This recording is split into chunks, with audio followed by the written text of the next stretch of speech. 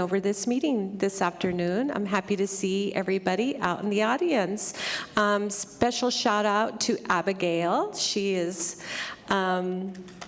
shadowing me today for this afternoon. Thank you for the warm welcome.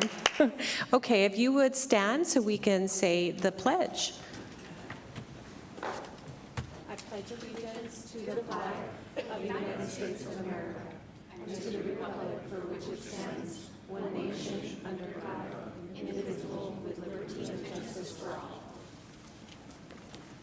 Okay, thank you. We have Jennifer Martinez, Pets of the Week. Good afternoon, Jennifer. Good afternoon, Mayor Pro Tem and Council. I am Jennifer Martinez with the City's Communications Office.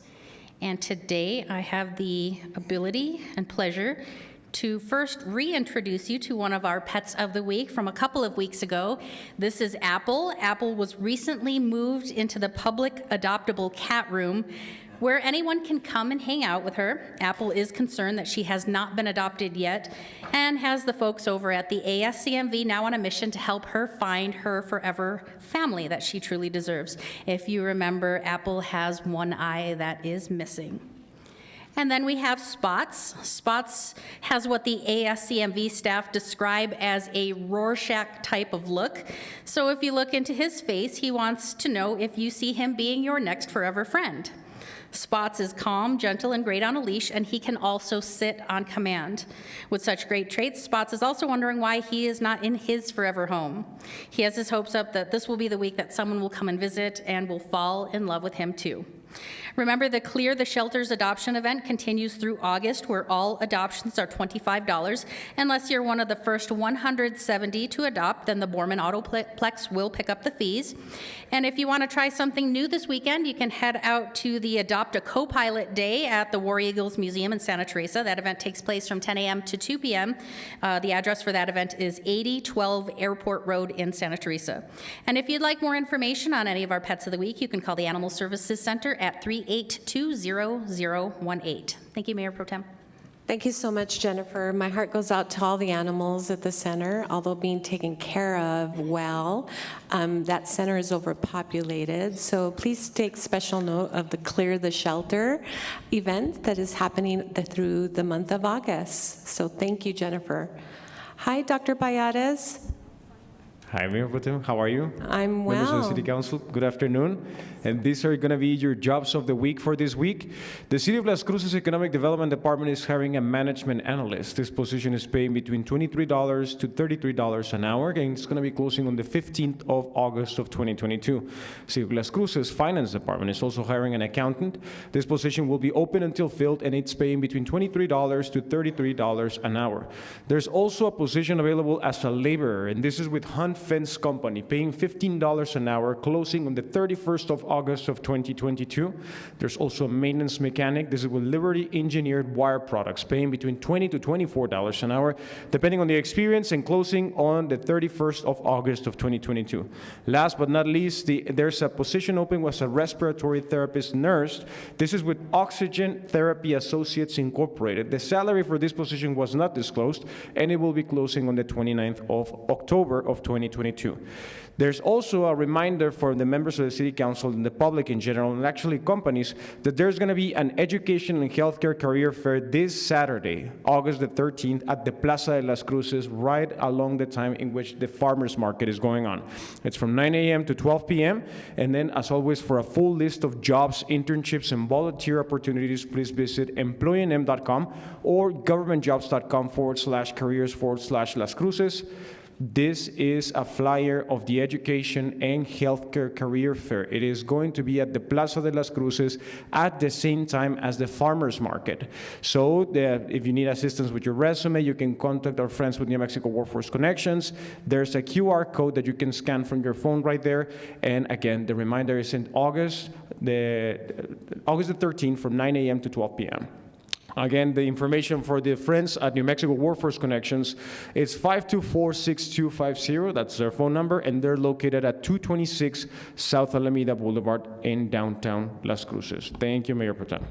Dr. Bayades, is this your last time giving us the my last Jobs of the Week, and now from now it's going to be Chris Favor doing the Jobs of the Week. Thank you, Dr. Council. Bayadas, because I was on the phone and didn't get a chance to say, thank you so much for all your work, your exceptional work in the Economic Development Department. You'll be missed, and I wish you well. Thank you, Council. Thank you very much. Of Thank you for course. the opportunity for working with you. Thank you, thank you. Okay, next up is 3.1, Arms Quarterly Update. I know Richard is here.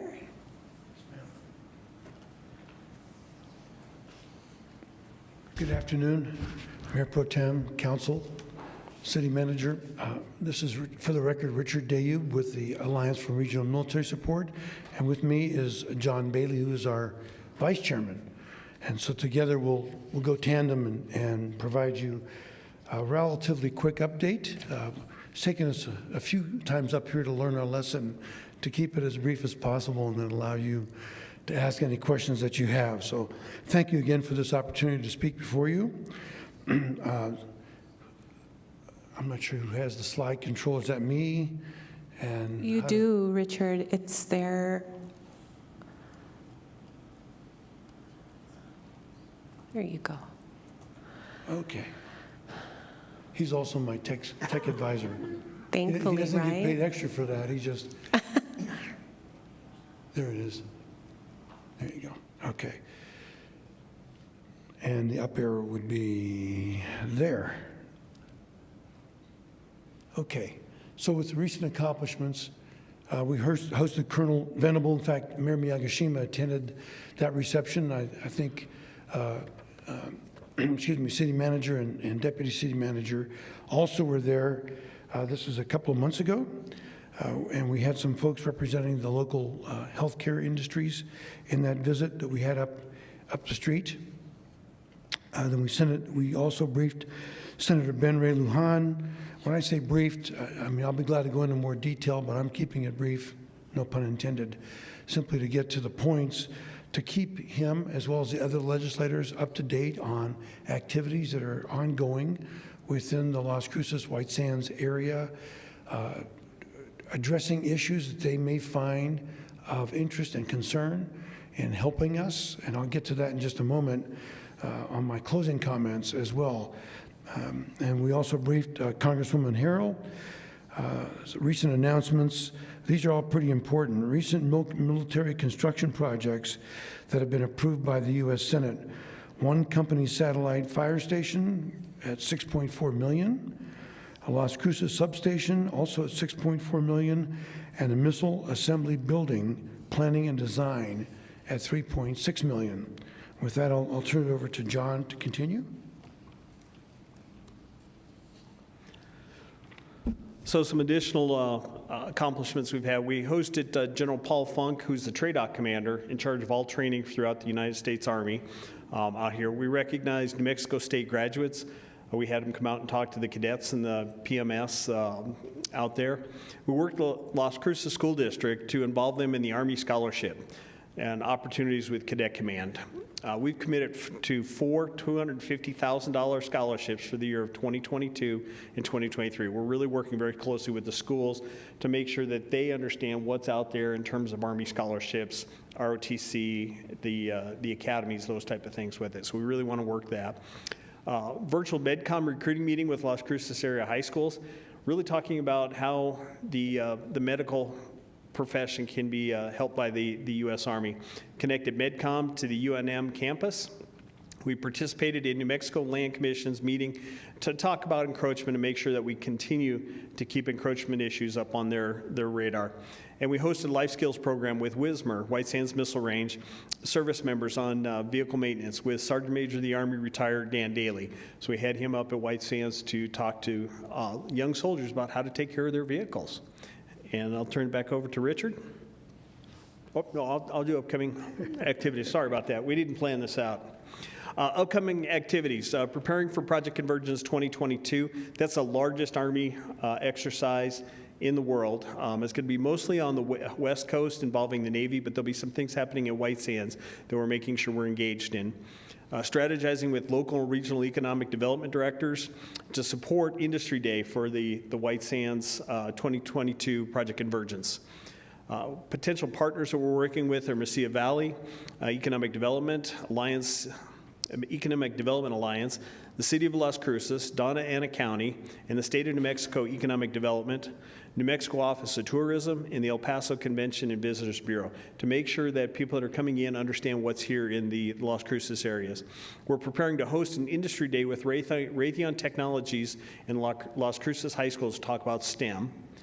Cypress International has actually met with and is talking to the airport on how they can enhance some of the opportunities they have with both the Navy and the Air Force, as well as the Army.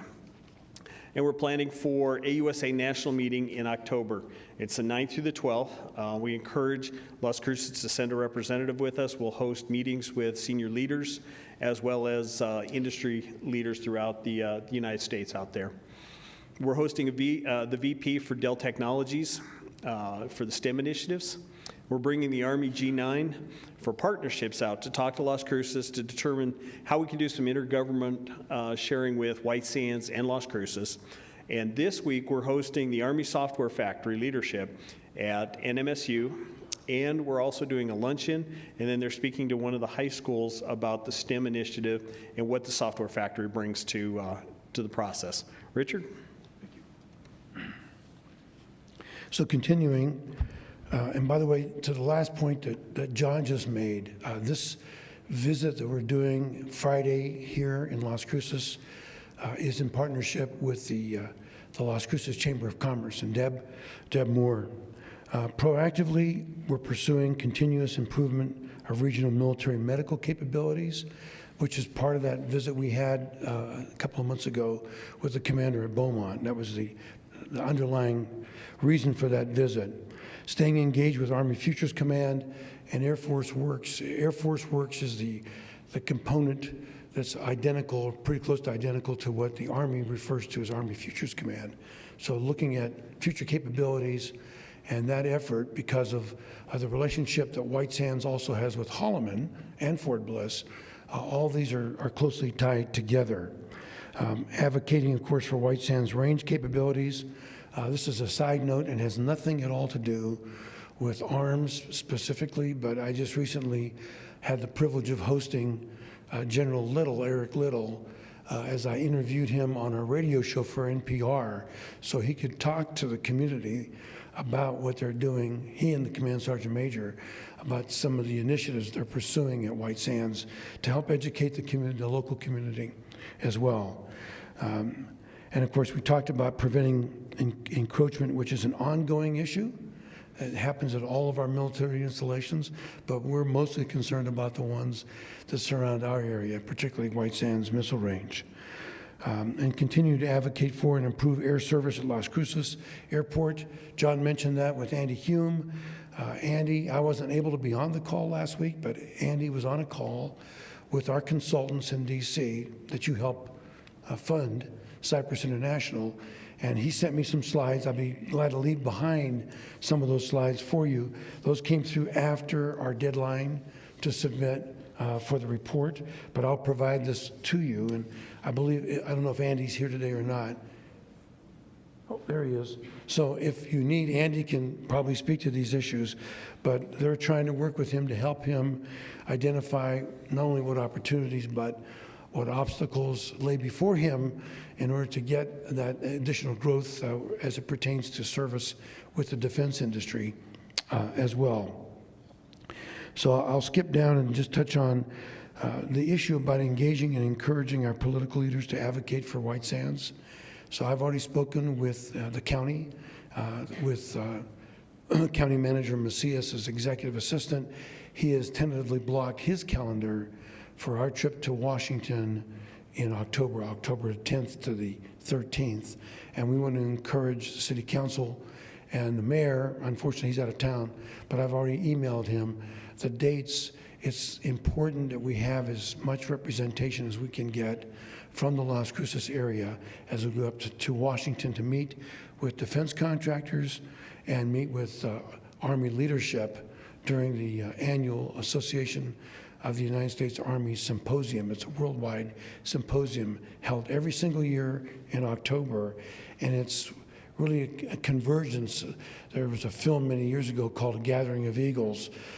None of you are old enough, I think, to remember this movie, but it is The Gathering of Eagles. All of the high-ranking officers in the Army are present, and it's a great opportunity for us to show a combined coalition of presence between Las Cruces, Alamogordo, and El Paso, to be up there and show them that we're working together to try and improve the environment and encourage them to then assign new military programs and units to our installations.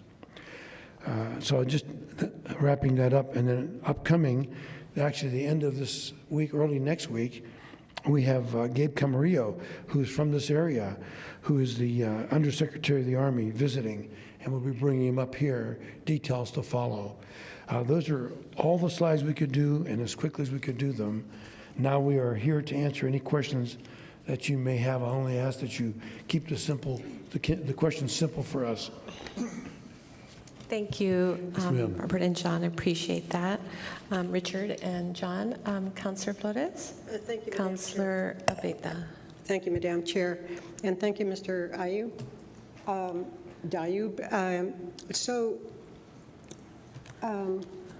I'm happy to hear about the scholarships for our students.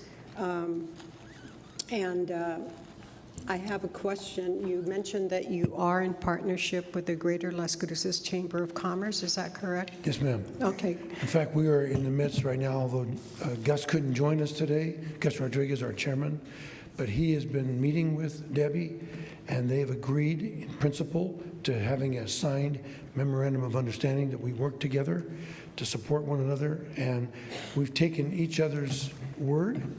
And so this week's event that we're doing is in fact in partnership with Debbie Moore and the Las Cruces Chamber. Great. Thank you. Yes, ma'am.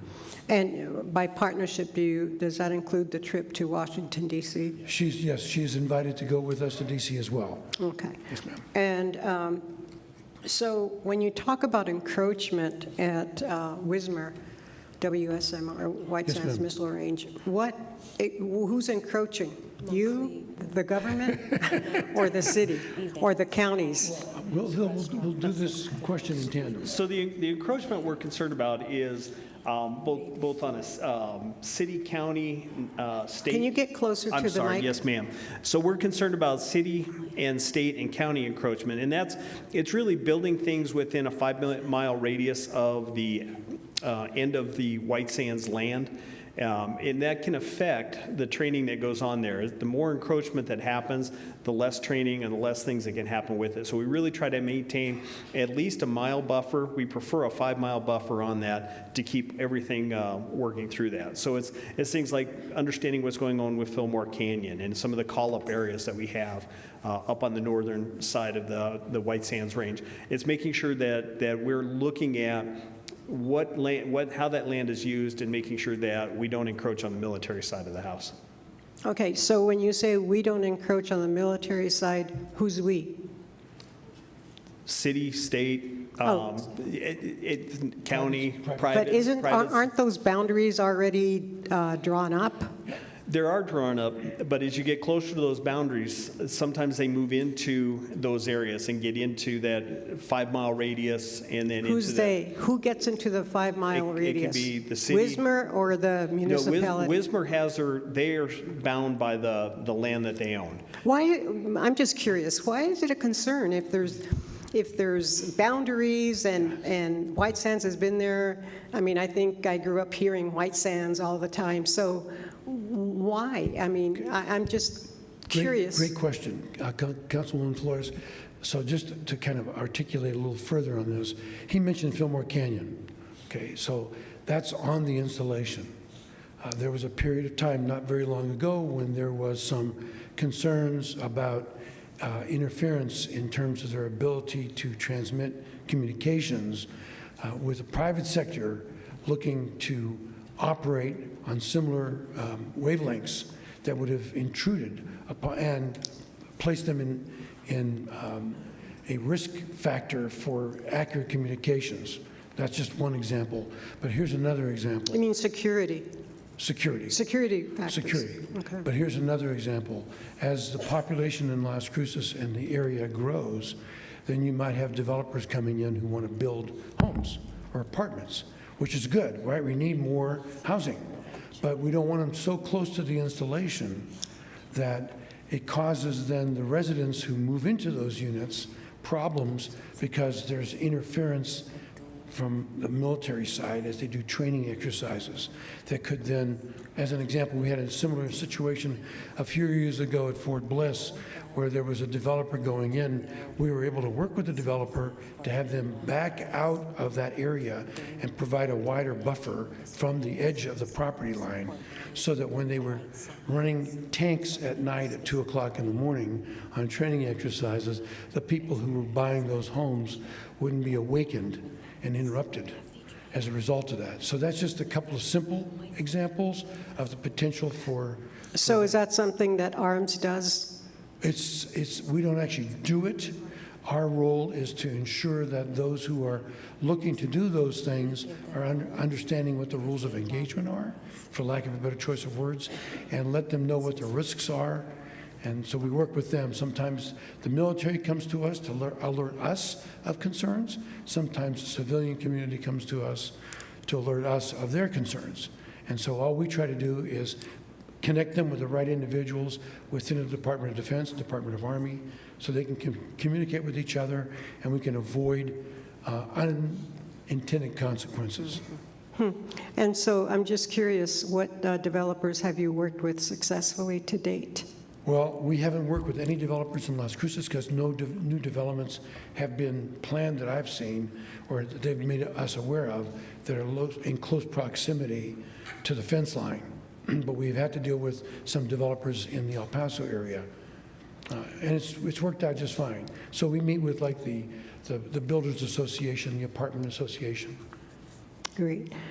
Okay, and so you mentioned that there are military programs at the installations. My first question is, what are the military programs and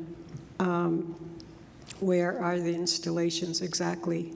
And what exactly do you do about that? It seems like all of that would be very inside Classified? the Pentagon. Yes. Yes, ma'am. DOD. Yes, they are. But the programs themselves, the generic names and titles for those programs are not classified. What they do is classified and certainly not shared with any of us as civilians.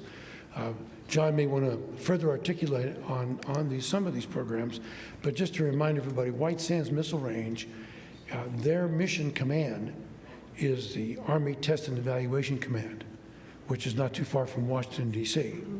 And they direct the activities that are pursued at White Sands, what kind of testing they do, what kind of weapon systems that they are testing, things of that nature. That's what we're referring to. Okay. It just fascinates me that, because you are a civilian group, right? Yes, ma'am. Yeah.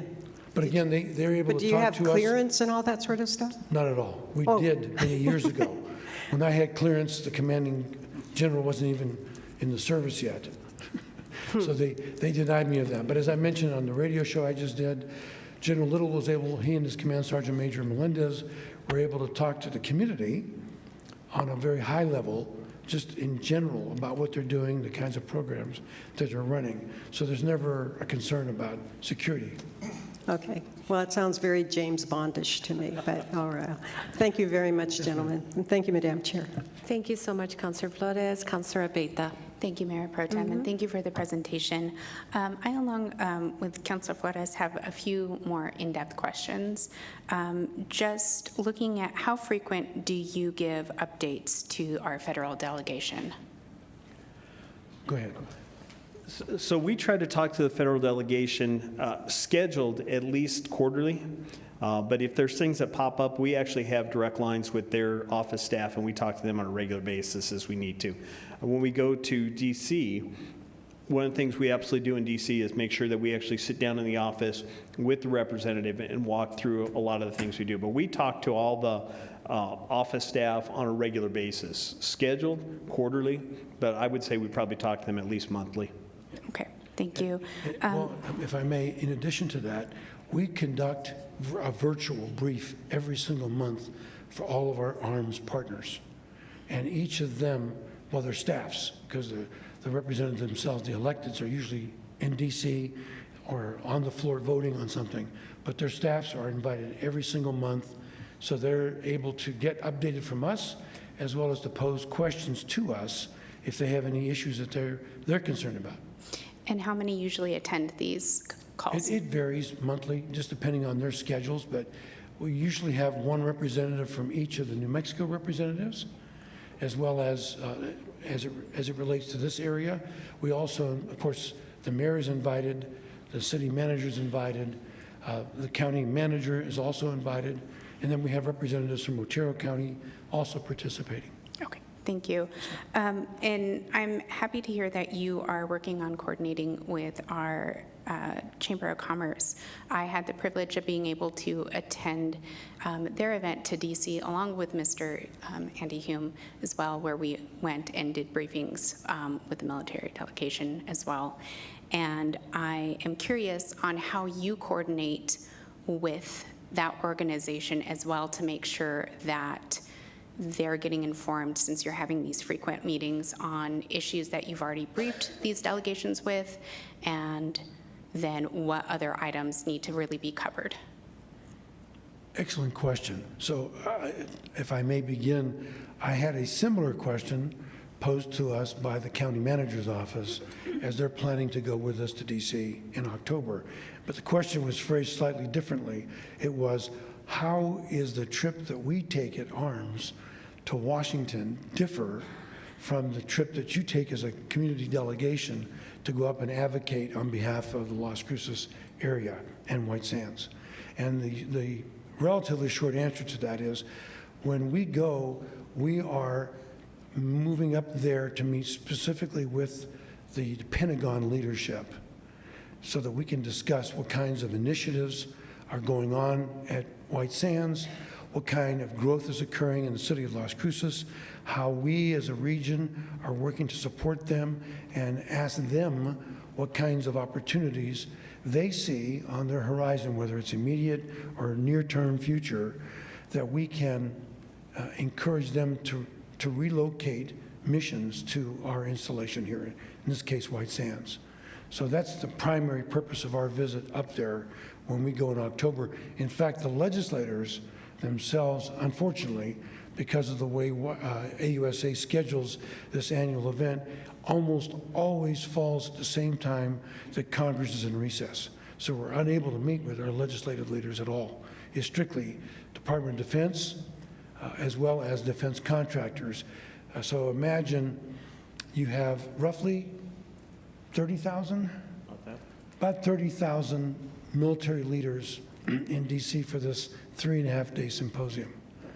So all the defense contractors, it's like magnets. They're all there, basically meeting with their customers. So it's a rare opportunity for us to be able to do this in one visit versus having to go back and forth on a regular basis, to meet with those defense contractors and sell them on the region as to why they should have either a bigger presence in Las Cruces, or if they don't have no presence at all, why they should have a presence. I hope that answers your question. Yes, and what promotional materials do you use then to help advocate for the region? And how do you coordinate it even with our economic development from our partners to the city itself? So we usually have we take a PowerPoint presentation. We also have handouts that we build in conjunction with the Las Cruces Chamber, the city, the county, whoever's coming with us. We try to make sure we understand what their concerns or issues are so that we can list those out, or what their opportunities are. Part of what we do is when we're up there is we're talking to the Pentagon. And a lot of times what happens in the Pentagon is they hear things through newspapers, TVs, various things like that. So it creates concern for them in the area. We understand the area doesn't have enough housing.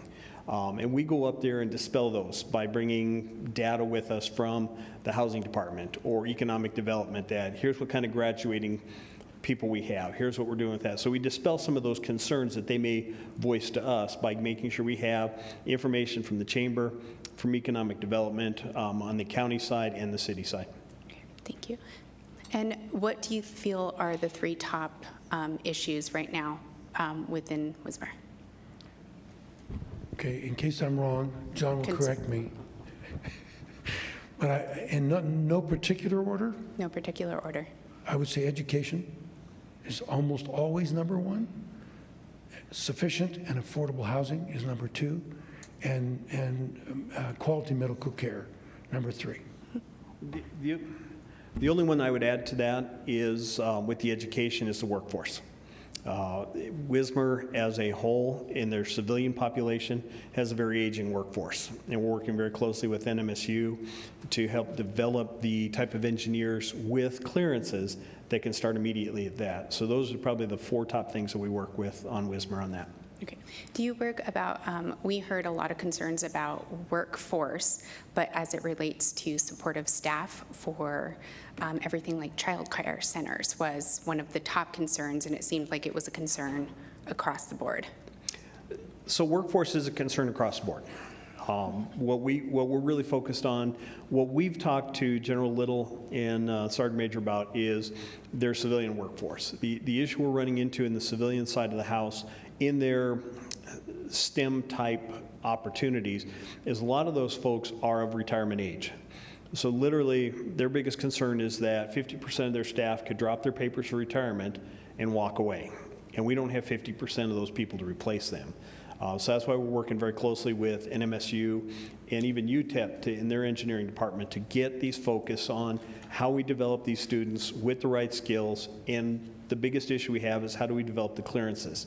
And we're working with both Wismar and NMSU to develop programs in their college that require a clearance that kids can get in their sophomore year, have their clearance, go through the program. When they graduate, they have a clearance and can move right into a White Sands type job.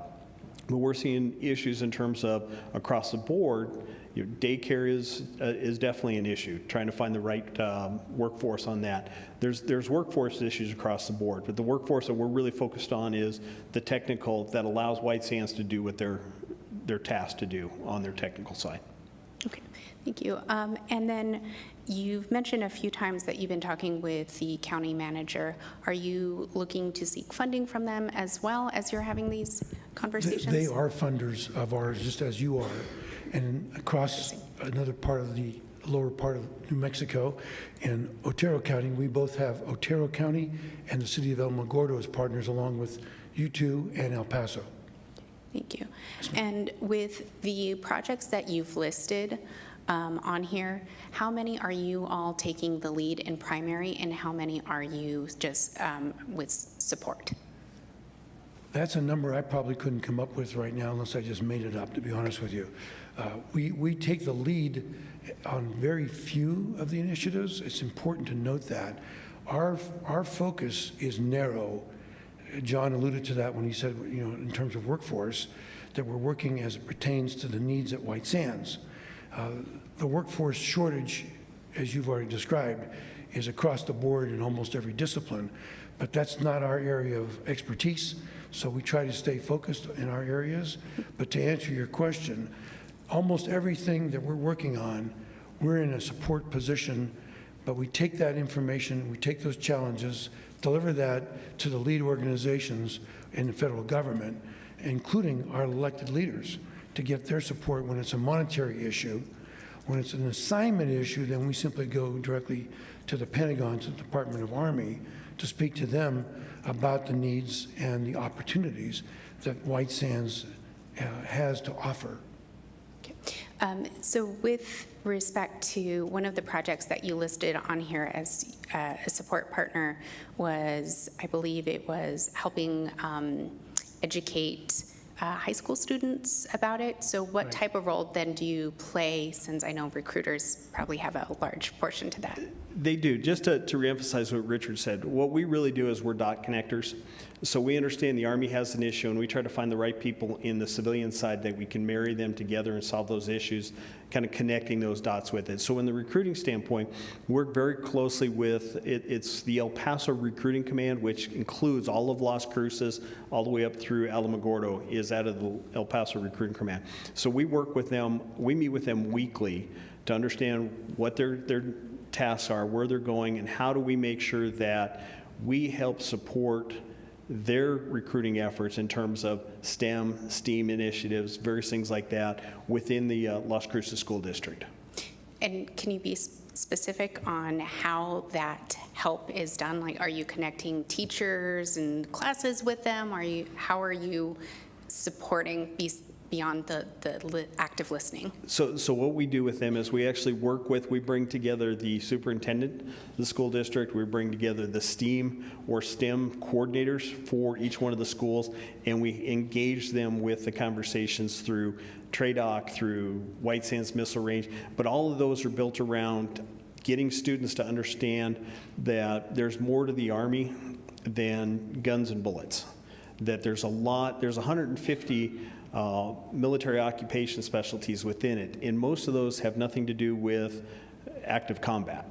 They're doctors, they're lawyers, there's various things throughout the Army. So we actually talk to the superintendent, connect them with the recruiting command to bring in the skills that are needed for their schools. One of the things we're currently working with Colonel Venerable is to bring in medical doctors from William Beaumont to teach classes in the high school in their uniform and answer questions about how did the Army get me to where I am? What am I doing with that? That is something we're directly coordinating with through Recruiting Command, but we're directly working with Colonel Venerable at William Beaumont and the superintendent and the medical folks, medical magnet folks to get those type of things taken care of. Okay, thank you. You're welcome. And I guess I should mention, Councillor Graham and I will be speaking for the Women's Equality Day over at Wismar. I'm sorry, you're going to be speaking on a Women's Equality Day? Yes, When is that being held? we'll have to check our schedule. Okay. Well, But how we'll about if you do this? If we you wouldn't can- mind sending us an email letting us know about it. Sure, you can send, So we can if you support it? reach out to me, I'll be sure to respond. Great. Okay, Thank you. very good. Thank you. Thank you, Mayor Pro Tem. Thank you, Councilor Abeta. I have a question. It relates to, you had spoke about encouraging councilors, county commissioners, related to how to advocate for Wismar. Do you have talking points specifically that we could utilize as we are in the community advocating, not just with our federal delegation, state delegation, but constituents and other partners? Yes, ma'am. We've actually provided to the city, it's been several months, but we've provided to the city the talking points Okay. that are available to you. I'm happy to send them again so that you can have them, all of you, at your fingertips. And then we try to update it.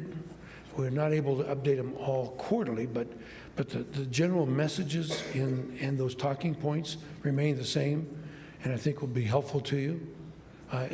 We refer to them as elevator speeches because Right.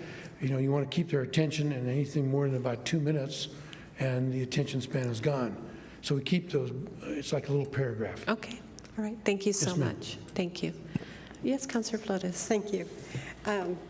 And again, thank you for your presentation. I'm happy to hear that you added STEAM in your outreach with the schools. It's an A added to STEM, science, technology, engineering, and math. And the A stands for the arts. And I think that the arts have definitely a place in every aspect of our lives. And it might be a good way to recruit the artistic students. Thank you very much. Thank you, Madam Chair. Councilor Flores, just to emphasize that, the Army has some of the best talent, musical talent, artists, you name it, in the arts section in the world.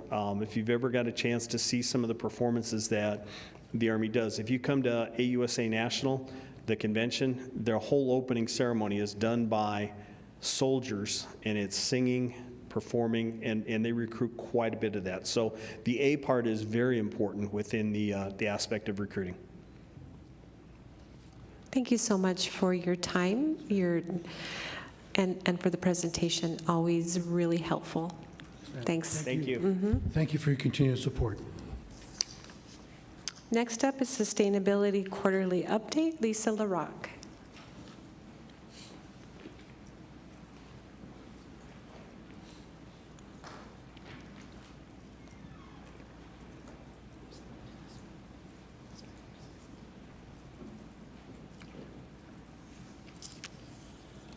Good afternoon, Lisa. Hi. You have your entourage here with you. I do.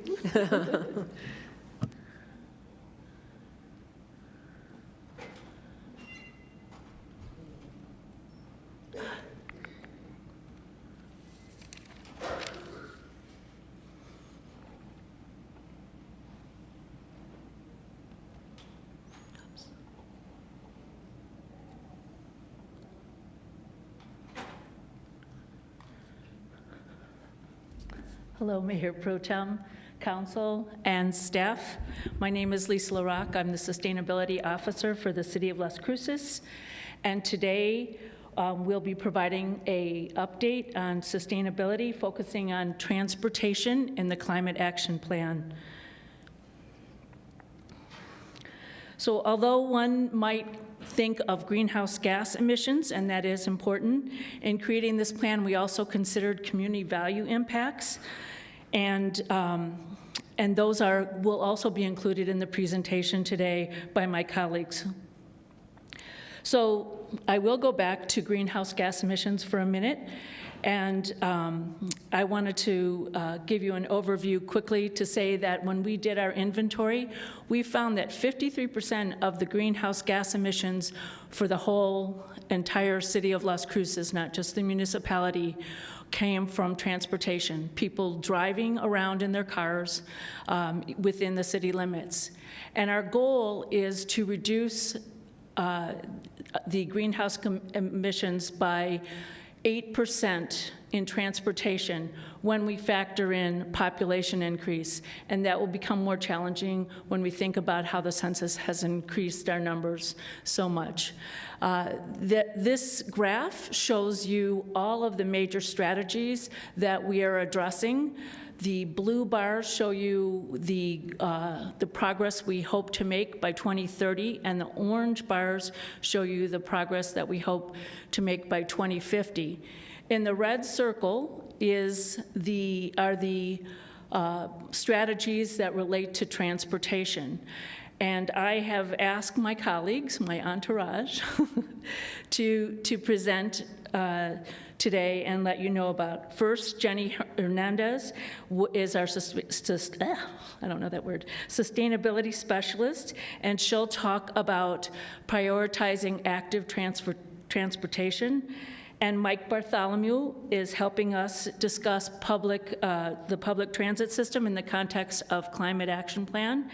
And then last, Josh Galvin will talk about the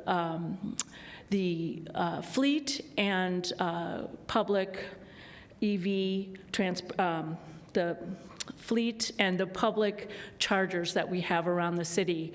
And all of these projects have been going on for more than a year, and each of these strategies has been a really heavy lift, and it will require more policy changes and infrastructure investments if we're really to commit. So even though it sounds like a short presentation, it was a lot of work, and I appreciate all my colleagues for helping, so I'm going to turn it over to Jenny so she can go from here. Thank you, Lisa. Good afternoon, Jenny. Good to see you. Hi.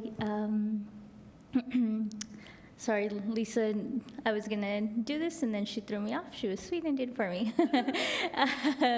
Mayor Pro Tem, Councilor, staff, as Lisa mentioned, I will be diving into our first section here, which is the prioritization of active transportation. Oh, Jenny Hernandez, Sustainability Specialist. And so, as Lisa mentioned, there are different components of the climate action plan having to do with transportation.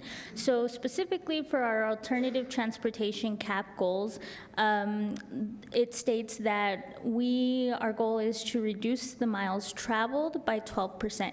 So what that means is replacing miles driven by biking. So say instead of driving to work, you bike to work, or if you're running to the grocery store, you bike to the grocery store versus driving. And so that's what our cap goal says, but that's really difficult in some cases because there's some challenges and barriers that exist. And the first one is that in order to get to that 12%, sometimes the things that we need to bike to have to be a convenient distance for us to be willing to bike to them. And so here on the right, you'll find an image of what our current active transportation looks like.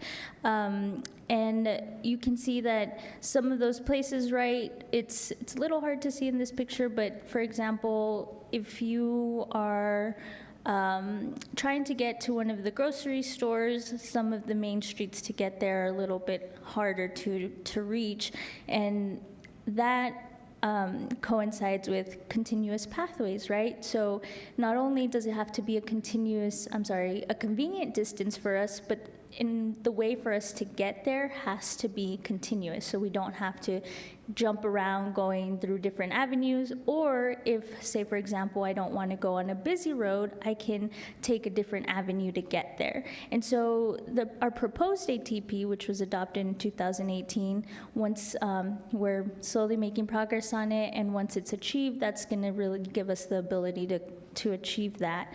And so here's just kind of an overview of where the ATP stands. I'll make a caveat that first one, 125 miles of street bike lanes, that's only on-street bike miles.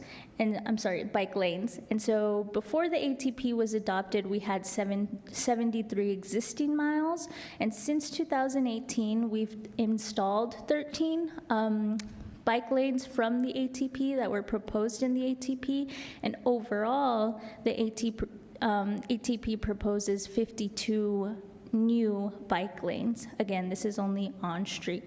And so going back to the idea that it has to be convenient in distance and continuous in pathways, the ATP is really going to help to get us there. And then you'll notice at the bottom, this is for multi-use pathways, so that includes on-trail pathways, shared pathways, and so we have 27 existing, and there are 5 that are in the works that are funded from the GO bond.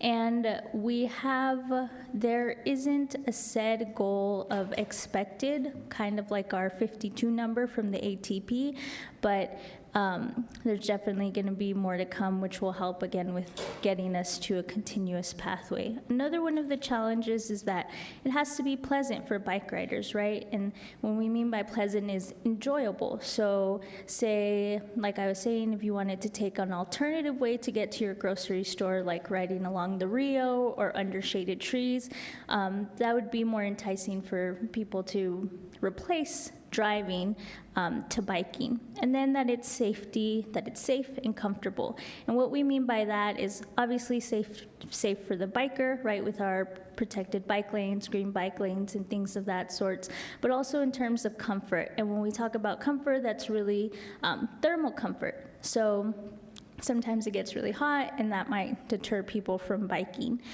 So how does all of this have to do with climate change and how we can really achieve this goal? So the point is that we know climate change is exacerbating our extreme weather events. And so we know that it's only going to get hotter. It's already very hot. In the past, we've had 1 month of over 100 degrees and 3 days over 105, and that was in the past. And where we're heading is by 2050, we'll have 2 months greater than 100 degrees and 3 weeks greater than 105. And if things continue as they are, by the end of the century, we'll have 3 months greater than 100 degrees and 6 weeks greater than 105 degrees.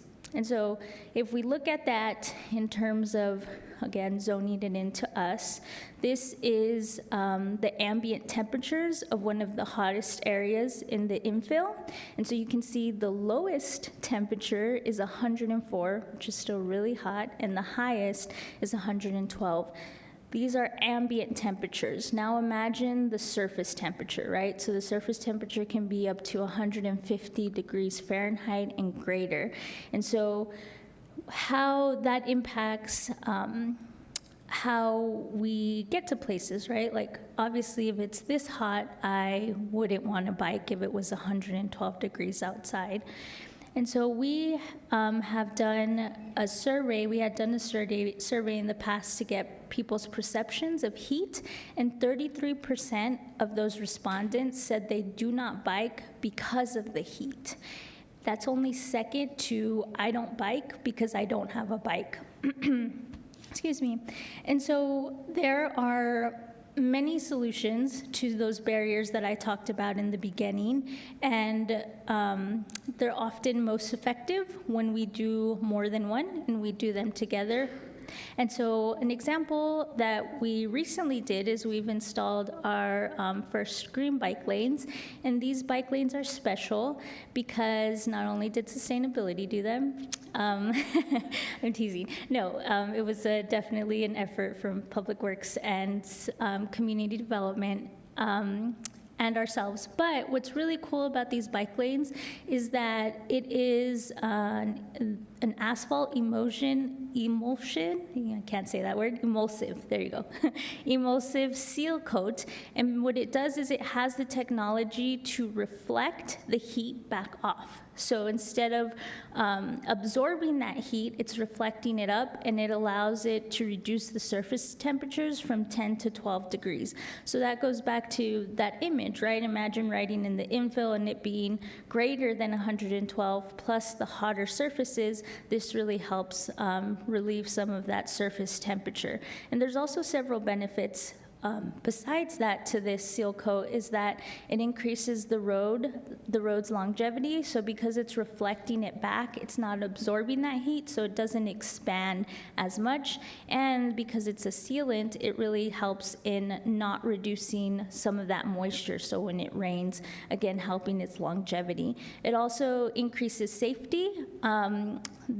If I don't know if any of city councilors have seen the green bike lanes yet, but what's really neat is if you drive by there at night, because the light reflects on it, it reflects it back, and so it makes it brighter, so it helps with safety.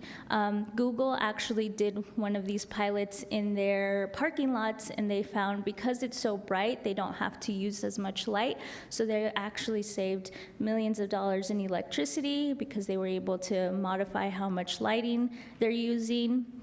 And then again, it helps with really making you want to bike versus driving, right? If you're making conditions nicer.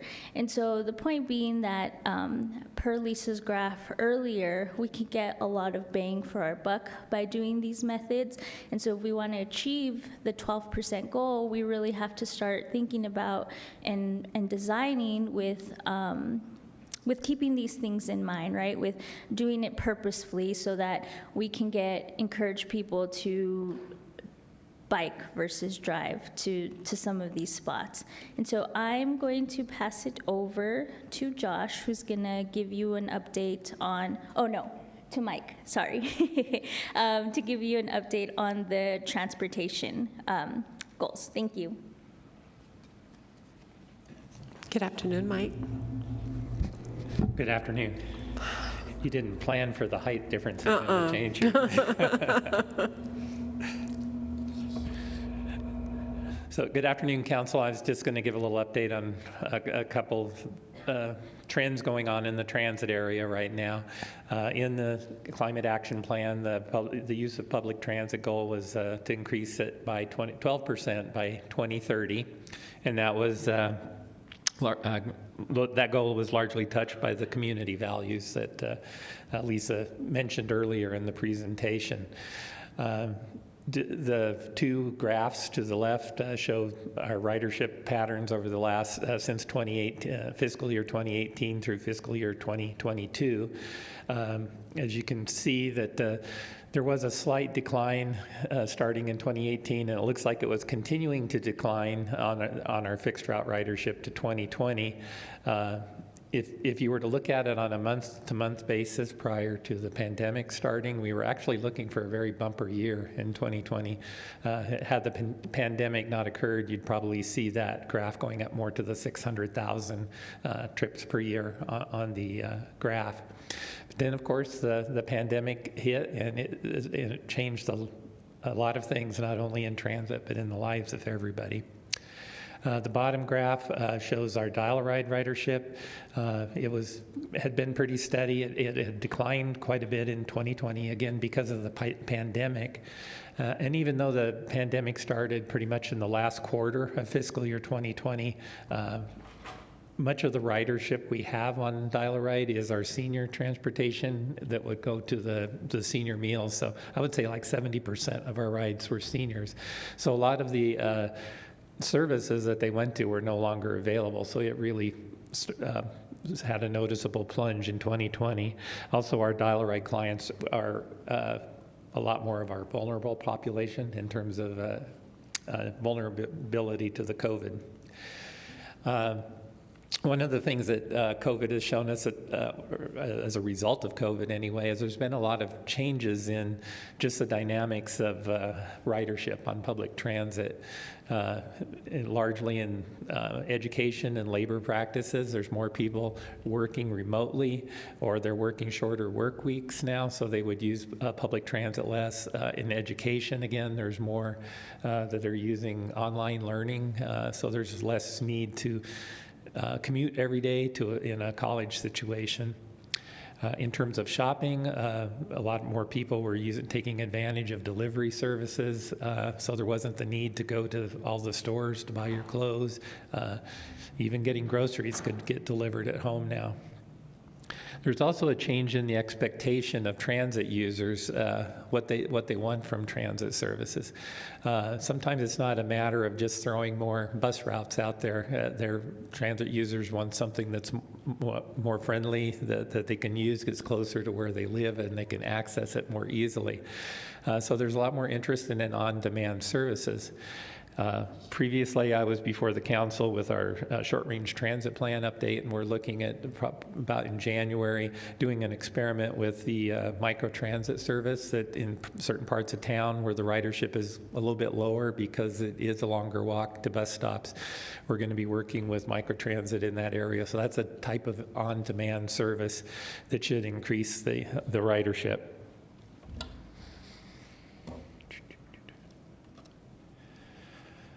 We're transitioning, as you know, to electric buses.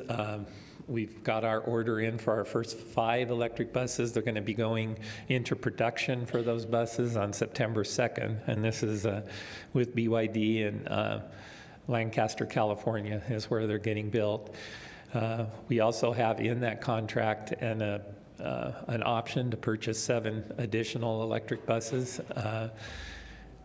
We did apply for the fiscal year 22 low-no applications through the Federal Transit Administration, and we hope to hear if we're going to get the funding from that application in the next week or 2. We're hoping to hear the results of that. If we get all we ask for, we'll be able to purchase the additional 7 buses that are on the option in our contract. So what this chart is showing is kind of a comparison of the savings in costs, too, that will, not only in dollars, but in terms of greenhouse gas emissions, that we'll realize with moving our electric buses from diesel to electric buses. So this is showing that our 53,000 miles put on buses in a typical year, we would use 138. This is for 13 buses, is that correct? 13 buses, 138,000 gallons of diesel fuel, and we'd use 640,000 kilowatt hours of electricity. The cost of that diesel fuel over the course of the year is over $500,000. With the charging of the diesel buses, a lot of the charging can occur at a very low rate at night, but there's also other charges. There's riders on some of the charge rates that El Paso Electric charge. So this would estimate roughly at 5 cents per kilowatt hour would cost us $83,000 a year. So that's 85% less expensive in terms of the power we need to move the buses along. And as far as greenhouse gases, with the diesel buses, it's over almost 1,400 metric tons of greenhouse gas emissions that with the purchase of the electric buses can be reduced significantly, like by a quarter, more than a quarter in 22. And as we get more electric buses and as the source of the electricity from El Paso Electric goes more to green renewable sources of electricity. We can get down in the plan by 2040 to 0 metric tons of greenhouse gases. And with that, I believe I've covered everything, and I could move on to the next one.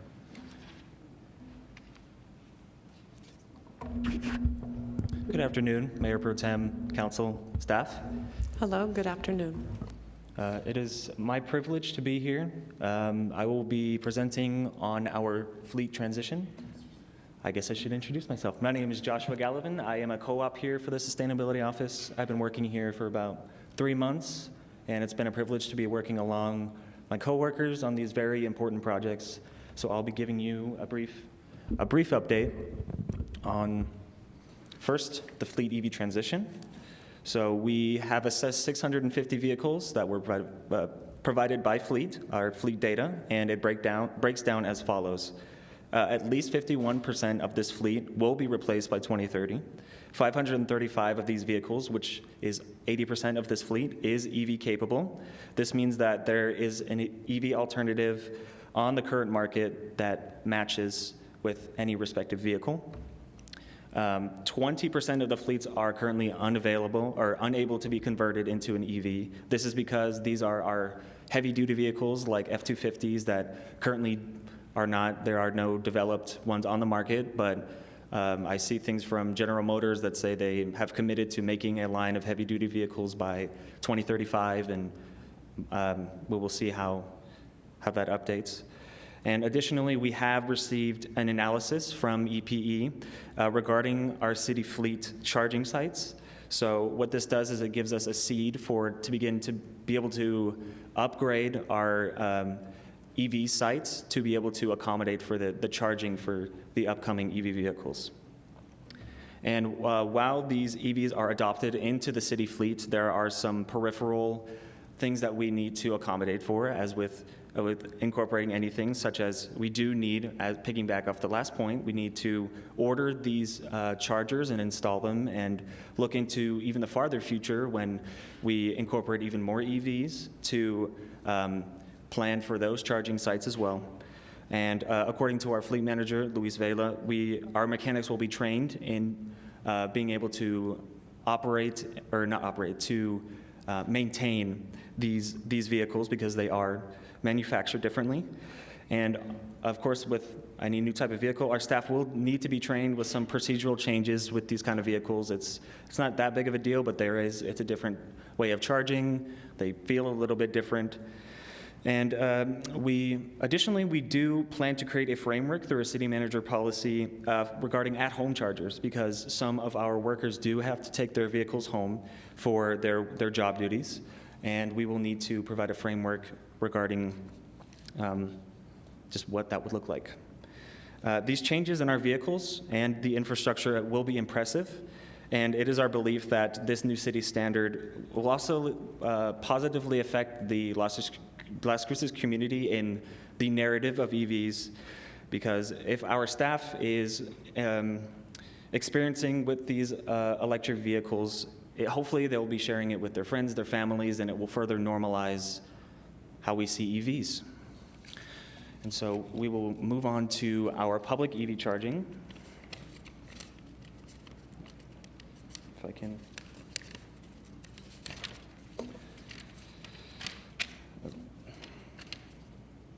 And so alongside the EV transition in general for our city, we are approaching a year since the installation of public EV chargers across the city.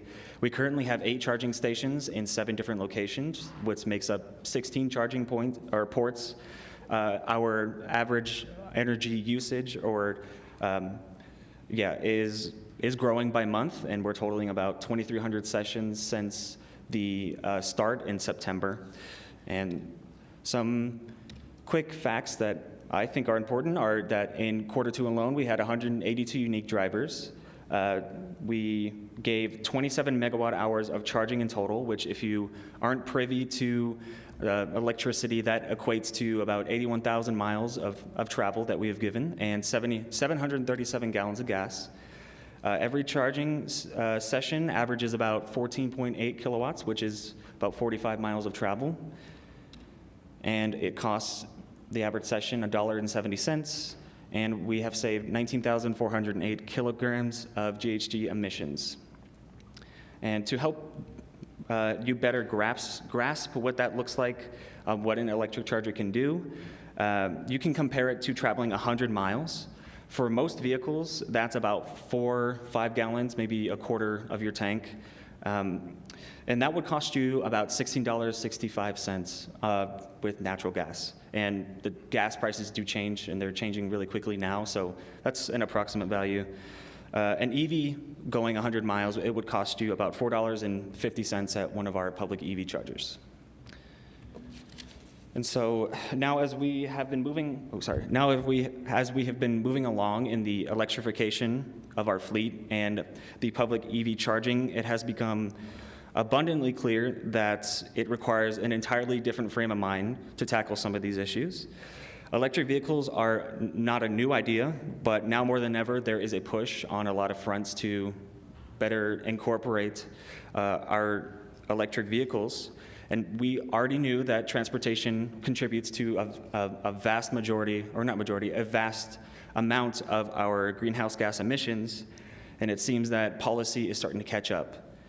So by installing our public chargers across the city, which are circled here in red on this map, we are now confident that EV adoption does have a heartbeat here in Las Cruces.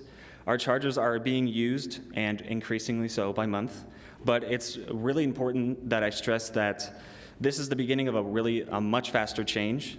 Our state and national legislatures, as you might know, are pushing more policy than ever to expedite the efforts to clean up the climate and the energy. And with that comes the economic side. Vehicle manufacturers are committing more money than ever to develop their own lines of zero-emission vehicles or low-emission vehicles. And all of this calls back the idea that we need to recognize that we need to shift our mindset a little bit than how we traditionally see our vehicular transport, because a lot of change is coming. And to prepare Mayor Pro Tem and Council, we as staff are as dedicated as we know you are. So as we prepare for these changes, we are looking at how people are using our EV chargers. This is a simple one, but in the future, if we can use what we already know from our existing charging data and patterns to maximize how we plan future iterations of public EV charging. Another big one is we must now raise our awareness to El Paso electric rates in the same way that we charge our homes with EP Electric. With this electrification of vehicles, we now use electricity from EPE. Electric charging can provide great amount of savings for any charging consumer, city or personal, but if it's not managed correctly and used at the appropriate times, it can quickly lead to a situation where the charging is much more expensive than needed. And also a driving factor for how we are operating is what policy that we need to respond to. So if you are not aware, a few months ago in May, we adopted the Clean Car Rule here in New Mexico, which we will now follow. I think we are one of 15 states that will follow in the footsteps of California. And what that will do is we are adopting their vehicle emission standards for new manufactured vehicles, and also for the dealerships here in the state will need to sell a certain percentage of zero-emission vehicles, and they will be responsible for populating the market with more EV vehicles, more choices for EVs. And lastly, I'm sure you see this everywhere in the news, but the Inflation Reduction Act, which as of this morning has passed the Senate vote, is the biggest push by the federal government so far.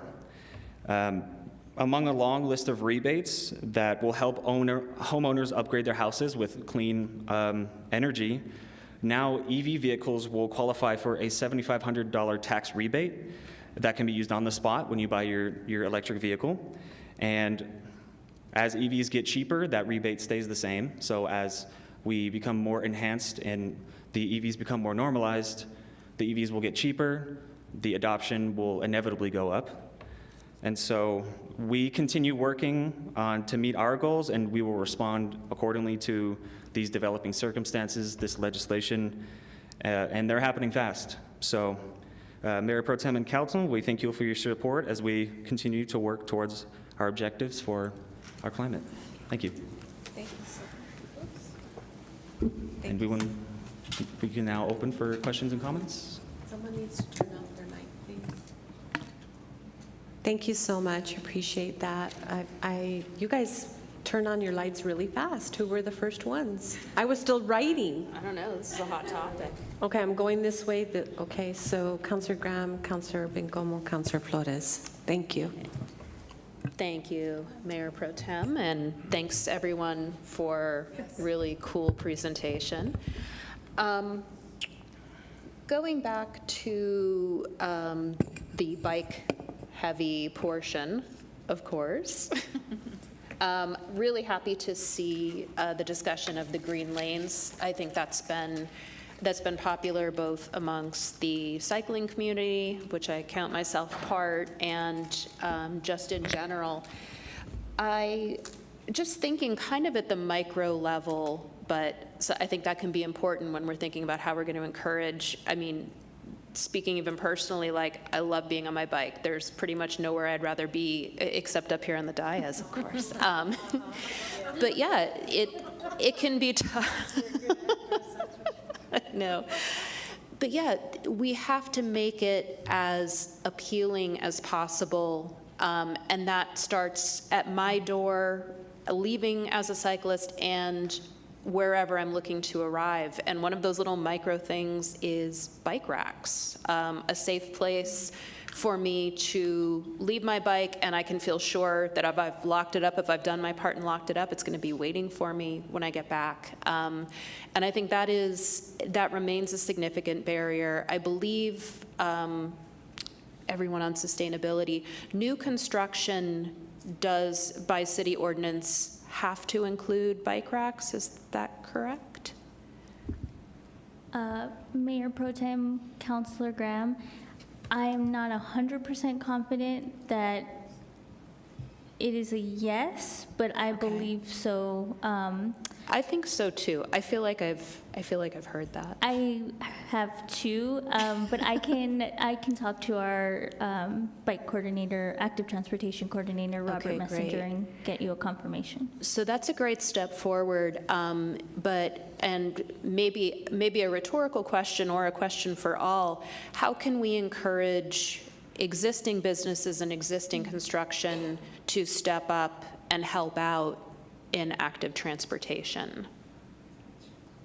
So yeah, I'm not necessarily, I should not frame that as a question. We need to find ways to get existing businesses to get more bike friendly. Mayor Pro Tem, Councilor Graham, absolutely. I think that's a wonderful suggestion, and I heard Lisa write it down. I forgot my notebook, but we'll definitely talk to Robert to confirm with the new construction question, and then Okay, great. That's a great suggestion. Okay, wonderful. My other question, I believe our fleet manager is here in the audience as well. Yes, thank you. Again, maybe maybe a little too much on the micro level, but the training of our mechanics and our technicians to be ready for the EV transition has been, I know you've spoken on this before, and I'm just wondering if you can provide any insight on that and where we're standing with that, or barriers to that, or how can we help? Good afternoon, Mayor Pro Tem, members of the council, Councilman Graham. For the record, I'm your fleet manager, Luis Vela. So, talking to Doña Ana Community College, they were going to have something together put by, supposedly it was going to be by this fall semester, but it looks like it got pushed to the spring. The people that came and gave us the hybrid training are still putting together the EV training for us, and we got to get them down here to train our guys here at the shop, which is more cost effective. I'm trying to go to a EV conference in San Antonio September 15th, so I can get more information on the fleet side of the house. But that's kind of where we're at now with the training and right now there's only one technician in the city of Las Cruces that's EV certified. Wow. But is there enthusiasm from your crew from getting that training, would you say? Are people interested in making Yes, that so transition? right now what I'm doing is going as a kind of a volunteer basis. Okay. And 100% full disclosure, obviously it's going to be tied to pay, because it is a little bit more dangerous and a little bit more technical. We're getting away from the internal combustion engine. We're getting away from, lubrication, the standard way we've been doing business for the last 100 years or so. So it's going to be completely different technology. Hopefully we can exhaust the warranties, like I had stated before. Right.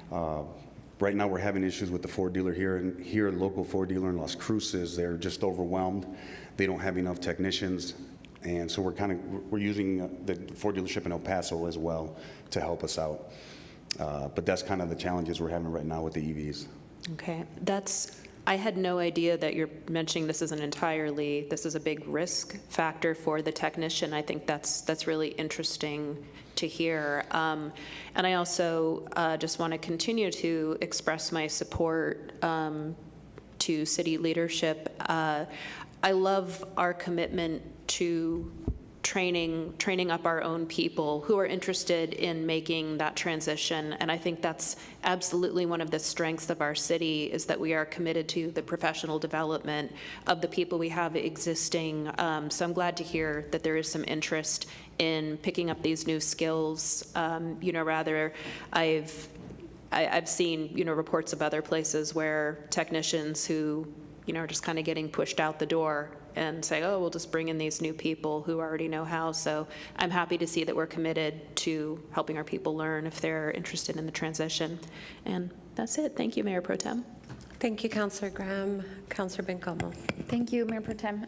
Thank you all so much for your presentation. I'm excited that we are doing this on a quarterly basis. I don't think I have any fleet questions, but I did have a couple questions similarly. Oh, actually, Jenny, you talked about the miles, the goal to reduce miles driven by 12%. How will we know when that has happened? Mayor Pro Tem, Councilor Bencomo, that's a wonderful question.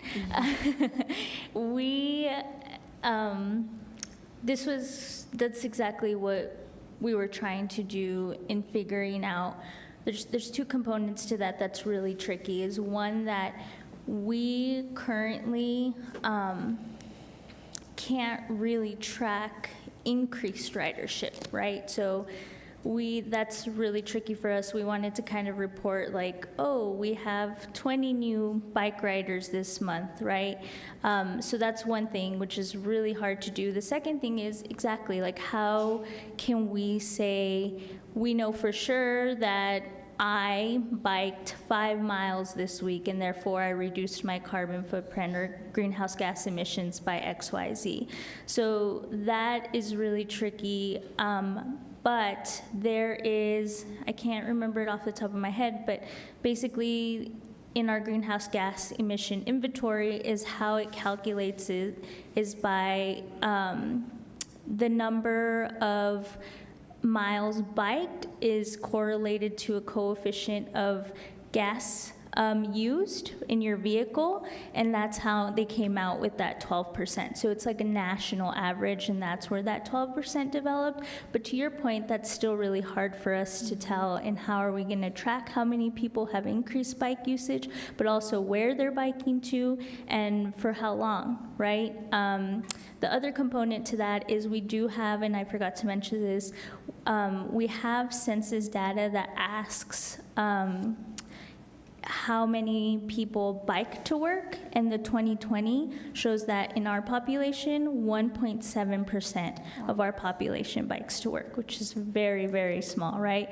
But to your point, we don't know how long their commute is, so we can't translate that into gas miles saved. But again, it's based on a national average, and so that's really tricky moving forward. And I've talked with Robert Messenger as well, as like, how can we kind of work on that? And I know that Mark Miller and a slew of other people are actually trying to figure that out and present that through their OpenGov project that they're working on. So that'll be exciting to see, but it is tricky within itself. And I know Lisa wants to add something else.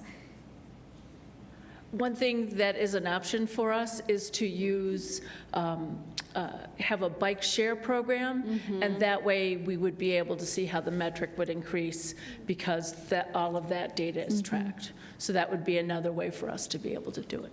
And it would provide more transportation options for those people who don't have them, obviously. I love that idea, Lisa. I would love to see like a cost estimate of that for the city, and would it have to go through a private business, or could it be public program?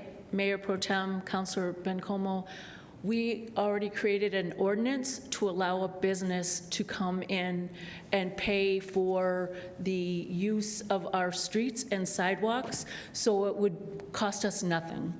What is the somewhat of a hurdle is that those companies would like to have the university participate too, because they would be a large constituency. Initially, NMSU wanted to do scooters and not bikes, and because that was what the demand was, and after a 6-month pilot, they decided that it was not a good match for the older generation. And they haven't rethought the shared bike proposal? We have not broached it with them. There's been a turnover of staff, so it would be a good idea. I would definitely like to see us try that again. I think it's a very good idea for folks who don't have a bike, might not have the opportunity to have a bike, but I also know there's a lot of great bike shops in town that we could potentially also partner with on something like this. Jenny, I'm curious what other much friendlier biking cities are doing in terms of, have you thought about that, like going to other cities and seeing how they're tracking some of this information? Mayor Pro Tem, Councilor Bencomo, absolutely. There are many cities who have very good practices. The ones that our transportation coordinator, Robert Messenger, kind of that we go back and forth with, and even for our green bike lane installation, we use some of their guidelines, is, well, first NACDO is the nationwide kind of bike guidelines, and they have cities within there that they point out to case studies. So Austin is a really good city, and Denver. Those are the ones off the top of my head that have really good bike programs. And what most of them is protected bike lanes, green bike lanes, and lots of multi-use shared paths, but also the barriers that we've listed, so that things are condensed in a nature where you can go to the grocery store really easily, and then that they're continuous, right? That I don't have to be getting on the sidewalk, off the road, on the sidewalk, off the road, because it's really dangerous, but is also obviously would deter people from wanting to ride somewhere. Thanks, Jenny. On the topic of green lanes, I just have to say that I got a lot of feedback on those, and people love them. They're very, very popular, and I think, cyclists and bikers are feeling listened to, and I think it's very important. I'm curious if we have additional green bike lanes planned, how many miles, and if not, how do we make that happen? Mayor Pro Tem, Councilor Bencomo, we sustainability do not, because the funding that we used to pay for the green bike lanes was just for that pilot program. So we don't have any current funding for additional ones, but in deciding where to put the green bike lanes, we came up with a list of 25 priority bike lanes that are bike lane ready for the green paint. And so it's a matter of if we could allocate funding to do more, we have a list that is ready to go for that. But us sustainability doesn't have the funding for it. Got it. I think Toshiro is a great next one. So just put that down on your notebook. And to throw that in, Lisa made a great point. The 25 priority list that we came up with, we set a criteria of like 7 or 8 different elements, and one of them is our urban heat island effect, so obviously how hot it is because of the green paint's capabilities, but also LMI, so low to moderate income was the second one. If it's in a low to moderate income area, how far is it from schools? How far is it from food deserts? What is the walking proximity from like the national average, right? And then there was obviously the more logical ones, like what's the condition of the street, right? What is the actual, I think it's called PMI? I don't know. I forgot. And then is it going to be resurfaced within the next couple of years, and things of those natures. But yeah, that we set up a criteria so we weren't just pulling. Great, thank you randomly. for that. I know that this was a couple years ago now. There was a meeting upstairs before there was like the beginning of the design of the new multi-use go-bond trails. And there's a lot of conversation at that meeting, I remember, about could we use different kinds of material to do the multi-use trail so that it wouldn't increase the heat. Period. And I know that Public Works looked at a lot of different materials, and a lot of them just were not feasible or perhaps ADA compliant, lots of different things. Are we able to use this kind of paint on multi-use trails?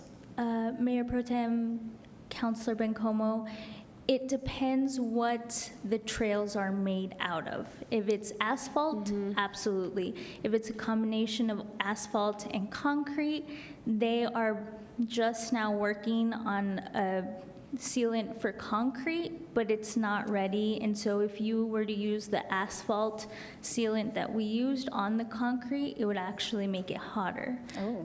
So you have to be careful. So they're actually, like, the company that we went are in the works to doing a concrete sealant for that purpose, is to do sidewalks and multi-use trails. So it just depends what it's made out of.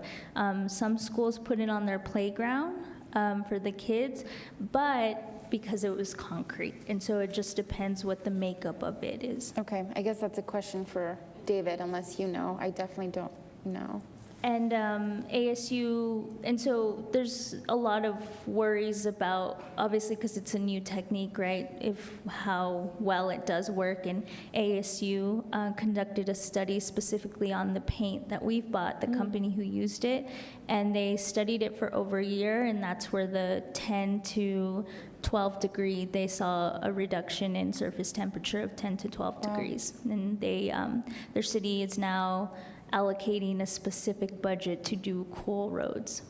Oh, interesting. I mean, I wonder if this is something we can relook at the complete ordinances, the complete street ordinances, and include this for future development of new streets, to just this be at the forefront and not an afterthought, I think would be an excellent idea for the future.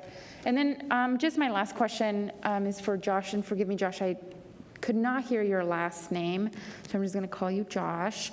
Thank you for providing information about this new, pretty historic climate legislation. I sort of was reading most of what you presented, but I'm curious if you have any analysis on whether there will be funding through this legislation for municipalities to make improvements on this particular topic.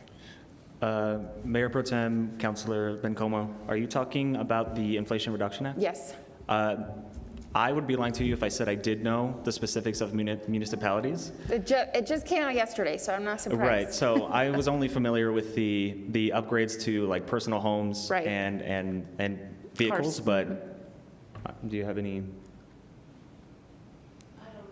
That's okay. I would just be interested to know that if you find that out in the next Right. couple of weeks as more information comes out.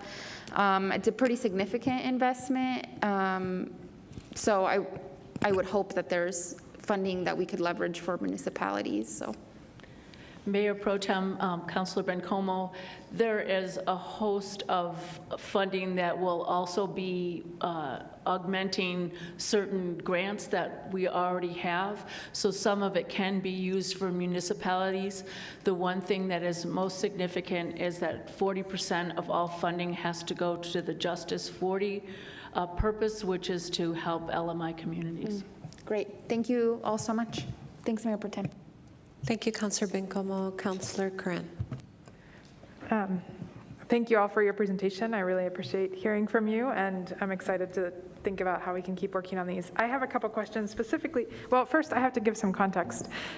Speaking of Denver, I just had the privilege of going to a conference in Denver, which was related to local governance, and there I took a bike tour where we drove from downtown to the Broncos Stadium, where they're getting rid of all the parking lots because parking lots are trash and no one wants them in their community.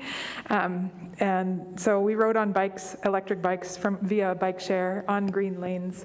It was about 3.5 miles, I think. I don't know, my electric bike wasn't working, so it felt like 40 miles. But I say all of that to put the context in this the conversations that were happening at this convening that Councilor Bencomo and I attended were really focused on equity in particular in all conversations related to alternative forms of transit. And so I want to echo the idea of increasing capacity to ride bikes. I think a bike share program would be really powerful and useful, and certainly I saw it working really well in Denver. And then the other part of that conference that I really took home was related to transit, in particular public transit. So my questions, I think, are really for you, probably mostly, Mike. I know that public transit is, in our community, kind of underutilized, but thinking about the workforce, thinking about the changes to the workforce, thinking about the changes to people's capacity to drive, which I think are becoming less and less, frankly. While I appreciate our conversation about EVs, that's not most people's reality right now. Most people's reality is struggling to make sure that their car works and that they can put gas in it. So I'm curious, first, sort of where the possibilities are to increase ridership. We heard a lot about fare-free transit, and Denver was having a fare-free transit month, which included, us going from the airport the whole way to our hotel with no cost whatsoever, which in Denver is quite a stretch, and we were able to do that. But also related to our upcoming EVs that we're having, our EV buses. I heard a lot about the new interface of people collecting fares and the way that actually makes the work of the folks who are, just like many areas, there are fewer bus drivers and their jobs are harder now, as harder than they have been before because of a myriad of factors: heat, people yelling at them, no place to go to the restroom, a myriad of things related to that. But one of the factors was people yelling at them about fare. So I'm curious where we are on fare free, and then where in the new EVs that we're purchasing, do we have, how are they set up? Are they going to have a fare collection station? Are they going to have the drivers be interfacing with folks, not interfacing with folks, and what level? Are they being designed in a particular way that sets us up to potentially have a different interface with clients in particular? As far as going fare-free, I think I've mentioned this at a previous council meeting. If we were just looking at fixed route service, we have the capacity. It wouldn't be much of an issue to go fare-free right away. With the way the federal ADA requirements are, though, is that there's a ratio that we have to charge on our paratransit. So if you can charge no more than twice a fixed route fare. So if the fare is free on fixed route, it has to be fare-free on our paratransit service as well. So that's where the dilemma is for us, is because we don't have the capacity until, if we were to go fare-free, we would need more drivers and more vehicles to meet the demand on the paratransit side, on the demand response side. One of the things that we're looking at with the microtransit service is having a software that's perhaps more efficient than what we're using in mixing rides that are both those that are eligible for ADA and those that are using as a demand response service, like on the east side of town where we want to start our demonstration project. And it's going to take a little bit of measurement to see, how much, we're going to need in terms of vehicles and staff to man that and everything as well. So you're right with the drivers that they've got a very tough job out there. Fare collection is difficult. As far as, I foresee that we're going to have some sort of fare collection for a while, but I've actually had a discussion with staff this morning looking at other ways for how can we help people that really need fare-free to make it easier for those that have fare-free. So for example, working with some of the social service agencies that provide bus passes for their clients is making it cheaper for them to buy a pass, for example, that doesn't have right now, our reduced fare passes are based on disability and not necessarily income. So maybe looking at with some of these social service agencies, giving them the latitude and set that into our fare tariff structure to negotiate a lower price for them to buy bus passes that they can distribute to low income. For low income individuals that don't work through social service agencies, we're discussing adding to our fare tariff some reduced fare breaks as well in the that are income-based. We just have to come up with a criteria of how we determine who's eligible based on income for reduced fare. So those are the big, if it wasn't for the paratransit dilemma, it would be really easy to implement fare-free service. But we don't want to put ourselves in a situation that we can't meet the demand on our demand response side, on the paratransit side, because we don't have enough drivers and we don't have enough vehicles to meet the demand. I'm going to just put it out there again. I really think fare-free is the future, and I hope we don't invest any more infrastructure in creating new means testing for people to ride public transit. I don't think that's a useful approach to increasing transit sort of portability. So I'm going to continue to advocate for us to push to whatever we need to do, to whatever added costs. I hope that we can see sort of what those look like so that we can move toward it. Because I just think increasing public transit access improves workers' situations, it improves our climate situation. I think it's an imperative that I really believe that we have the capacity to do. I know that it's hard, but I think we can do it. So I'm going to keep on advocating for that. But to the last question, are there going to be fair sort of what for the new EVs? Is there going to be infrastructure that's focused? Do we have to buy extra things to collect fares to add to those? Well, we'll probably still have, initially we're going to have fare boxes in them, but there are other payment methods too, through apps that doesn't require necessarily carrying a paper bus pass around or paying with coins at the fare box and everything to make it easier for the customers. That's one of the things we're looking at with the implementation of microtransit, because that'll probably be the way to go with that will be the way, not probably, that will be the way to go is using app-based payment systems to pay for the fare on EVs. I don't think it's an issue whether it's an EV or any other kind of vehicle. in terms of collecting fares. I think, as you said, keep an eye on seeing what we can do to make the service itself fare-free for the customer. And I think, again, it's going to be addressing the problem on the demand response side, the dial-a-ride side. I think if we can get adequate handle on what our demand is, that we have enough vehicles and enough drivers to meet that demand, then it'll be easy to go then to fare-free. Yeah, and I focus on the EVs because I don't want us to be investing in new infrastructure that's based on something that probably is not the future. So when we get new vehicles, I would say if there's an extra cost to add the fare collection thing, then I think we could avoid that cost. So that's why that specific question. And that's a relative, I mean, as far as the equipment goes, in terms of the cost of a vehicle, it's a relatively minor cost of the vehicle. So, okay, thank you. I appreciate your all's presentation, and thank you, Mayor Pro Tem. Thank you, Councilor Cran. Councilor Flores. Thank you, Madam Chair. And thank you all for your presentation.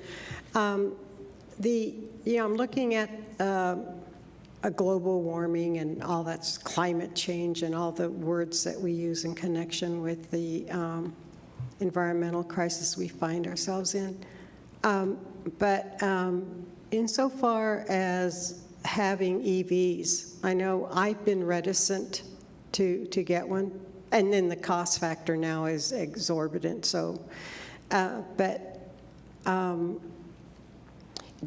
you can't go very far, and we don't have charging stations up and down Highway 25 or Interstate 10. I'm looking at the major connectors to other parts of the U.S.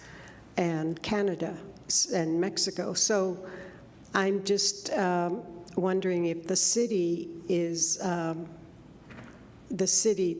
you all, the people who are in charge of getting things done, we just sit up here and tell you what we're dreaming of and set policy. But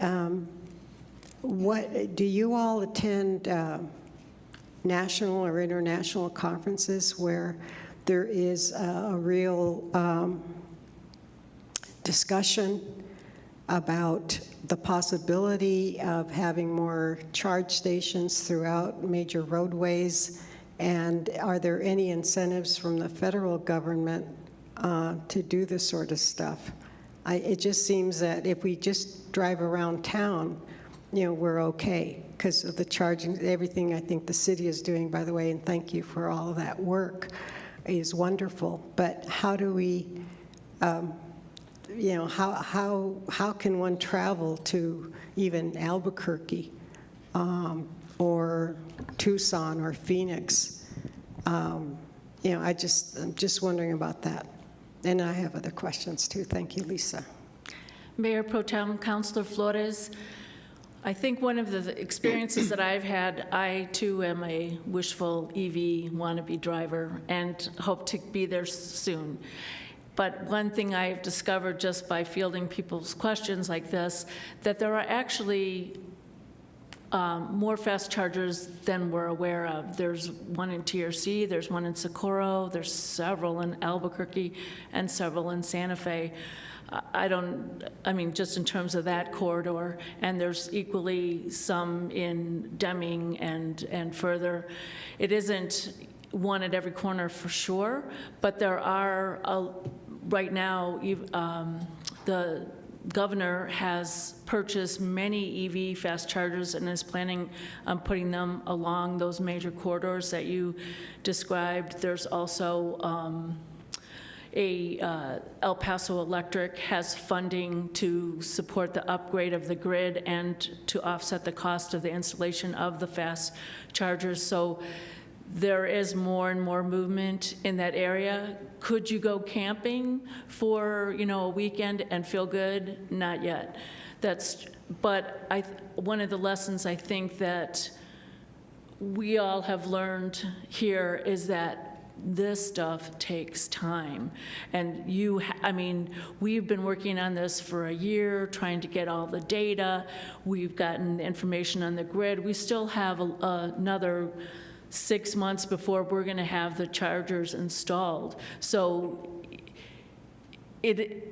we just have to realize that this transition is coming and that everyone is plugging in, no pun, yeah, that was a good pun, to you know, do their part in this process. And so I just, one thing I've heard, I haven't been to national and international conferences, but I am a podcastaholic. And I mean, I've heard is when the chip problem is solved in another year, everything's gonna explode. And so I'm anticipating that and want to be ready for it. Great, thank you so much. So, so there isn't a sort of, you know, the only thing I can think of in terms of being international is the United Nations Conference on Climate Change. And that's the only venue, I think, that really discusses this international approach. Or is there? And that's just my question. I know there's countries like Indonesia, there's, you know, they're islands, so they say they need airplanes. I mean, they can't, whatever, do without airplanes. So we're going to have the gas or the fuel situation with us until our planet just, you know, falls and bye-bye. I'm very pessimistic. Pessimistic because I think that some of this climate change has been in the making for so many years. I mean, you know, back in 1970 when Earth Day came about, that all the awareness started to come about. So anyway, I'm just, yeah. So I do have a question so when will the buses be ready, by the way?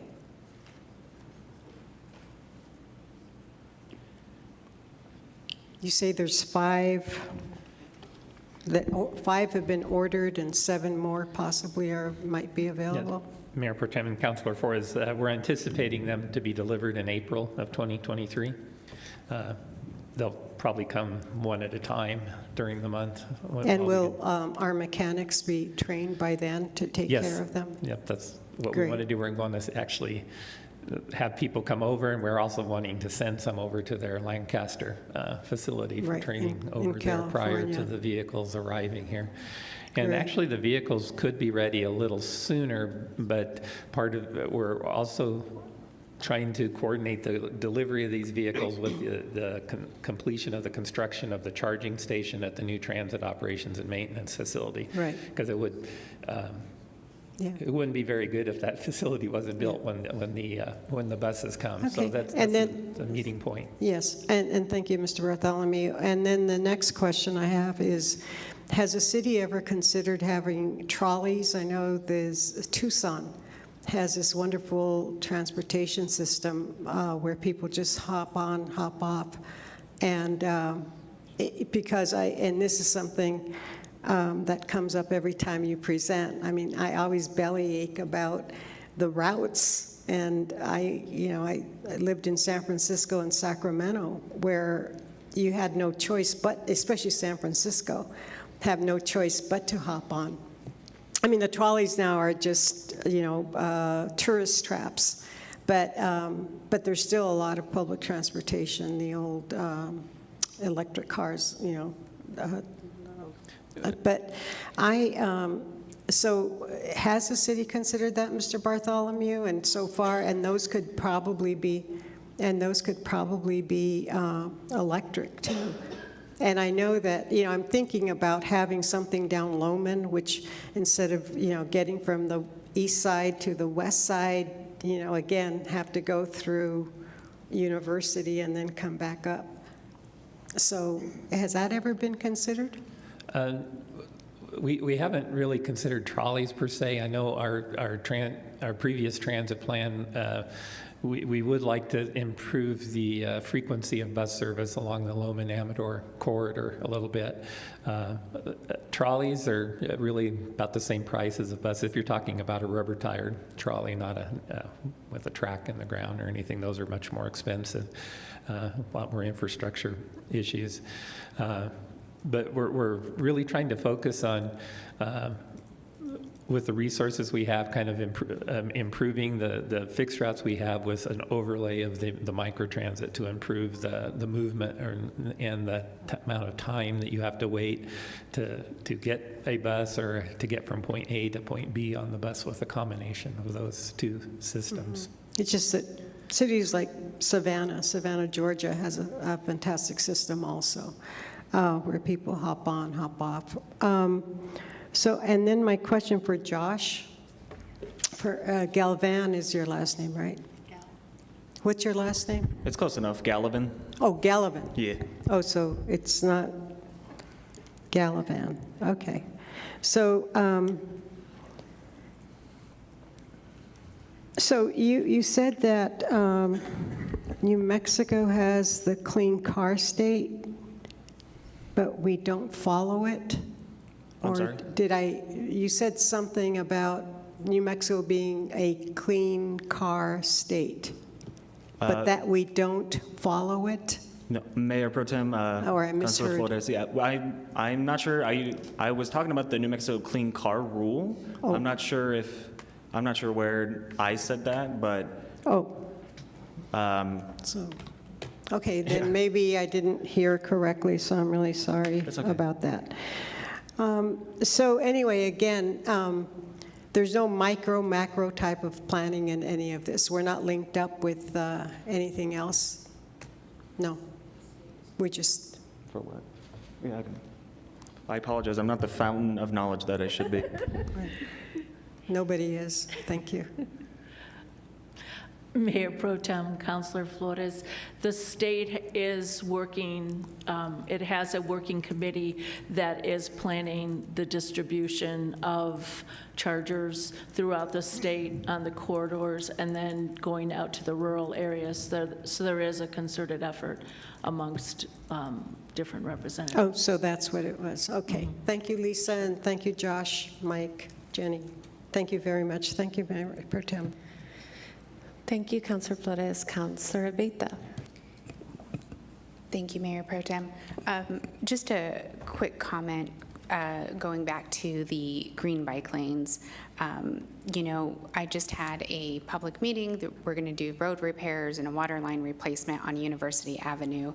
And I'm really happy to hear that you are making a list of possible priority areas. I'd love to see that ranking so far so that when we're looking at different types of road repairs, I would hope that in the future it would be lovely to be able to link up those projects and see how we can incorporate it in the budget when we do these types of kind of replacements, because I know on University is an area that has a lot of ability to have a high level of bikers and walkers. Mayor Pro Tem, Councilor Beta, the list that Jenny's put together are ones that are totally suitable for having the paint right now. So you don't even have to wait for a road repair. Very nice. Well, I would really like to see that list so that, you know, it makes me think if we're doing something in the district, if I know that we're going to have this new fresh road, and we had one of the main concerns that we had from an individual was that about bike safety. And I know for me, even seeing the green lanes actually was just a visual cue for me to pay more attention to the surroundings as well. So thank you, and thank you, Mayor Pro Tem. Thank you, Councilor Abeta. Councilor Bencomo. Thank you so much. I just have one more follow-up question for Mike. Mike, can you tell us the current, your current capacity for transit? How many bus drivers do you have? How many are you understaffed? And then for Dial-A-Ride, how many vehicles do you have currently? In terms of the staffing, we're still needing, I'm trying to remember what we last, I think we need about 5 or 6 drivers on the fixed route side and 2 or 3, I believe, on the paratransit side. In terms of our paratransit dollar ride vehicles, there are 20 vehicles in the fleet right now. I believe at peak when we have the most out at any one time, it's 14 to 15 of those vehicles are out at one time out of those 20. Okay. Oh, shoot. I was going to ask something and it escaped my mind. How often are you looking to recruit drivers in terms of, ad placements and those kinds of things? We've been pretty much constantly trying to recruit drivers for a couple of years now. I don't think we've ever been fully staffed, so we have our ad out. We have our city ad out there. We do occasional Facebook postings too that we have positions available.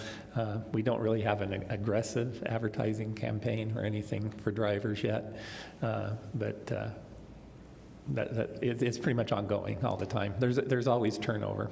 Yeah, absolutely. I definitely, given that wages recently went up, I think would be a great idea to try to do another round for bringing on some new drivers. I do remember, do you have the numbers off the top of your head for ridership for Dial-A-Ride on a monthly basis? Well, pre-pandemic, it was running about 54 to 56,000 trips per year on Dial-A-Ride. And I think last I looked, it's around for 22, I believe it's in the upper 30,000, somewhere in there, trips per year. It's picking up. It got, in the peak of the pandemic, it was down below 30,000 trips. Okay, and correct me if I'm wrong, I may be getting these mixed up, but I think the last time you provided numbers for revenue that fare provides for transit fixed rides was 13% of your budget is from fares and 7% for Dial-A-Ride, or do I have that backwards? Yeah, that's about right. Yeah, actually for Dial-A-Ride, our fare recovery is less than 5% on the Dial-A-Ride. It's a lot more expensive to provide those trips. Okay, thank you so much. Thank you, Councilor Bencomo. Mike, I have a few questions. So you have, you're in need of 5 to 6 drivers, but you also spoke of not being able to go to zero fare for fear or concern that you may not have the capacity. Have you ever done a study? I know there's been several consultants that have come in. I mean, how do you know that there'll be so many people wanting to ride the bus because it's zero fare? I mean, and couldn't we do a small experiment and move into zero fare? And the reason I'm asking is, I'll say this publicly, Resilience Leaders is coming to you asking you for a zero fare for youth, and someone should have come to a meeting last week. I don't know if that happened. I was out of town, but it's going to happen, and I like for you to be ready for it. And how do we mitigate that? How do we ease the tension and concern about not being able to make that happen? I think we need to do this sooner than later, and there are a lot of folks that are advocating and pushing council to do this. Again, the problem is more on the Dial-A-Ride side, so there's no issue with our capacity. We have the capacity on the fixed route side. That's not going to be a problem with fare free. Okay. And with youth in particular, there's not really that many youth that qualify for Dial-A-Ride, so it probably wouldn't have too much of an impact on the Dial-A-Ride side of the equation. As far as fare-free, again, again, as I mentioned earlier, what we need is to really get a handle on what the demand is going to be. Because if we go fare-free, then we have a situation where we'll have some people that may have been using fixed route service, which isn't door-to-door and or curb-to-curb, and they'll say, well, I can schedule a ride and get door-to-door service, basically, for the same cost, for free. And so that's what's going to be pushing more and more people over to the dial-a-ride side off of, it's better service for them. So that's why we're looking at mixing this microtransit in there that's going to have a little bit more efficiency in scheduling people that we'd like to commingle our paratransit and our microtransit so we can do trips with both. Some of the vehicles may not have to be as large as our dial ride vehicles. We will always have that requirement for accessibility, but the nice thing about microtransit is that when a client sets up their profile and everything, we're going to know if they need an accessible vehicle, so we can dedicate an accessible vehicle to that particular trip. I didn't mention, we talked about electric buses a lot. There are a lot more electric vehicles on the smaller vehicle side, on the paratransit side, just starting to come into the market. We do have 3 paratransit vehicles that we very badly need as replacement vehicles that are on order, but they'll probably be the last of the gasoline-powered vehicles that we get. And we'll be looking more at electric vehicles in the future, even for the dial-a-ride side. The biggest problem, whether they're electric vehicles or gasoline vehicles right now, is because we use federal funding for purchasing of our revenue vehicles, there's a Buy America requirement. So unfortunately, right now, there's a lot of the vehicles, especially the smaller vehicles on the market, that don't meet that requirement of 70, I think it's like 73% domestic content in the vehicles. So that's part of the delay. There's a big delay in getting any kind of smaller transit vehicle right now, sometimes 2 or 3 years after ordering to get the vehicles right now, mainly because the people that build these vehicles can't get enough domestically made parts to meet that 73% that they need. And so really the ways to get around that is to hopefully in this country there'll be more domestically made products in the future that will meet it. Or we may have to, if we're really desperate for vehicles, we may have to be looking at non-federal funding for the vehicles so we're not under the requirement of the Buy America. Thank you, Mike. And then last is the question about the apps, going to the app to purchase tickets. And what do you have a time frame on that? We want to experiment with that with our microtransit. Maybe not even initially. There is a requirement that we do have to vet any type of way money is collected, even through an app and everything, through the IT process that the city has, so we can protect the consumer that is buying these things over the internet, basically. And so there is a process that we have to go through to make sure that everything is compliant there. So we're working with IT on that. So do you have a date? Well, we hope to have some sort of an app. As far as purchasing fares, I don't know if it will have it then or not, but we hope by January we're going to have an app to at least schedule the trips, and if we can work it out, that we can start collecting fares. That's awesome. For this is for the demonstration project we want to do with microtransit and paratransit. Thank you, Mike. Those are all my questions. Any others? Okay. Thank you all. Thank you. Lisa, is this okay. Thank you so much for a very well thought out presentation, very organized. Appreciate that. Lisa? Thank you, Mayor Pro Tem and Council. I want to give props to Luis Vela and Mike and Robert Messenger and some other folks who've been really instrumental in getting this together. So it's nice to have this entourage. Mayor Pro Tem? Thank you, Luis. Mayor Pro Tem? Jenny. Yes, Councilor Bing. Lisa, before you, just really quickly, I'm sorry, Lisa. I'm hoping that maybe next quarterly update we can specifically discuss community solar. Can I make a request? Sure. Thank you. Thank you. Okay, next up is Economic Development Partnership Updates. Elizabeth Teeters. Welcome, Elizabeth.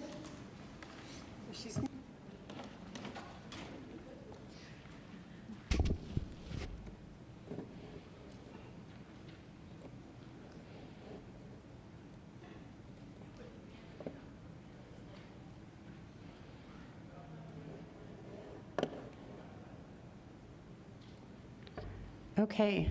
Good afternoon, Mayor Pro Tem and City Council. My name is Elizabeth Teeters, and I'm just going to be introducing the Economic Development Partners. As part of the service agreement we have with each of our partners, we ask that they present to you every year their metrics and how their year went.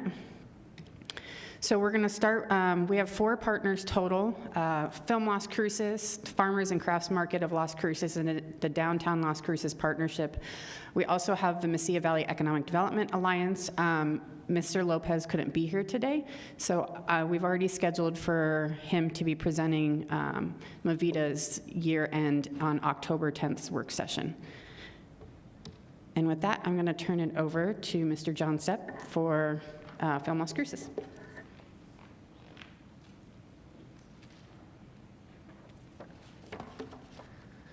Thank you, Elizabeth. My name is Jonathan Sepp. I'm the film liaison for Film Las Cruces.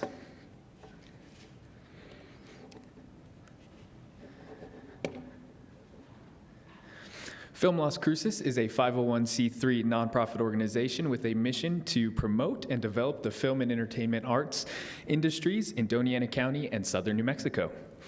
In April of this year, Film Las Cruces left our home of about 6 years at the WIA building, and we are now only a 3-minute walk from the Plaza de Las Cruces.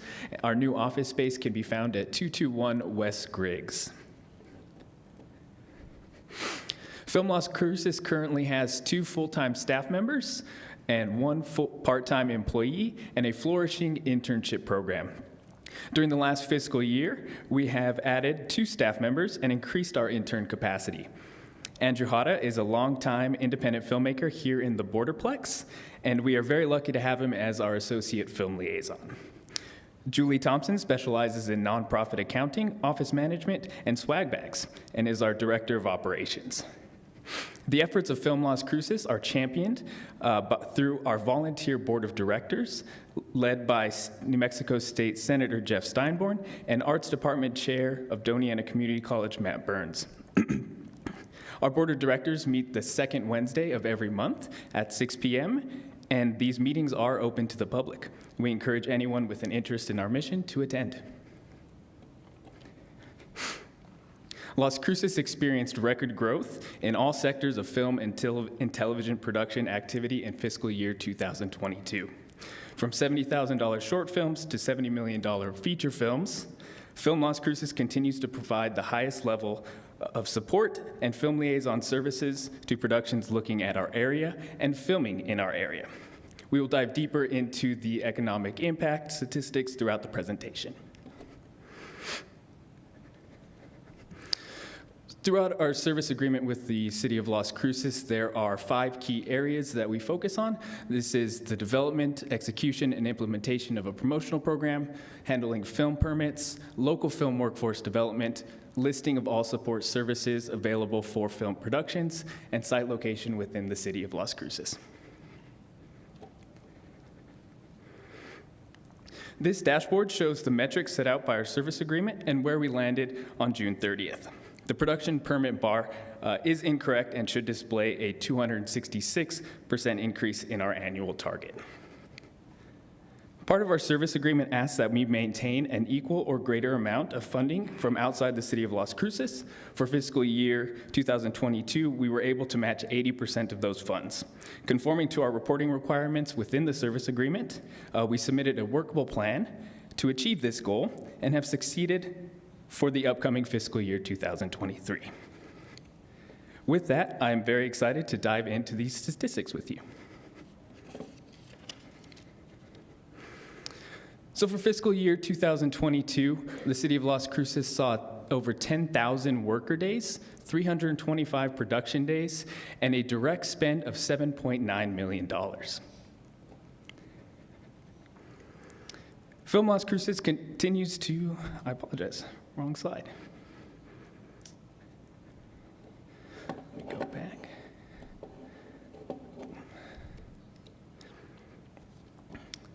Prior to this fiscal year ending, we worked with Davin and Brian over at Movita to determine the city's gross receipts tax impact from the film and entertainment arts industries. The numbers used were about 20 to 30% lower than we ended up with. Even with our conservative year-end estimates, the city of Las Cruces is estimated to have received $120,000 in gross receipts taxes. Production inquiries are the heart of what we do at Film Las Cruces.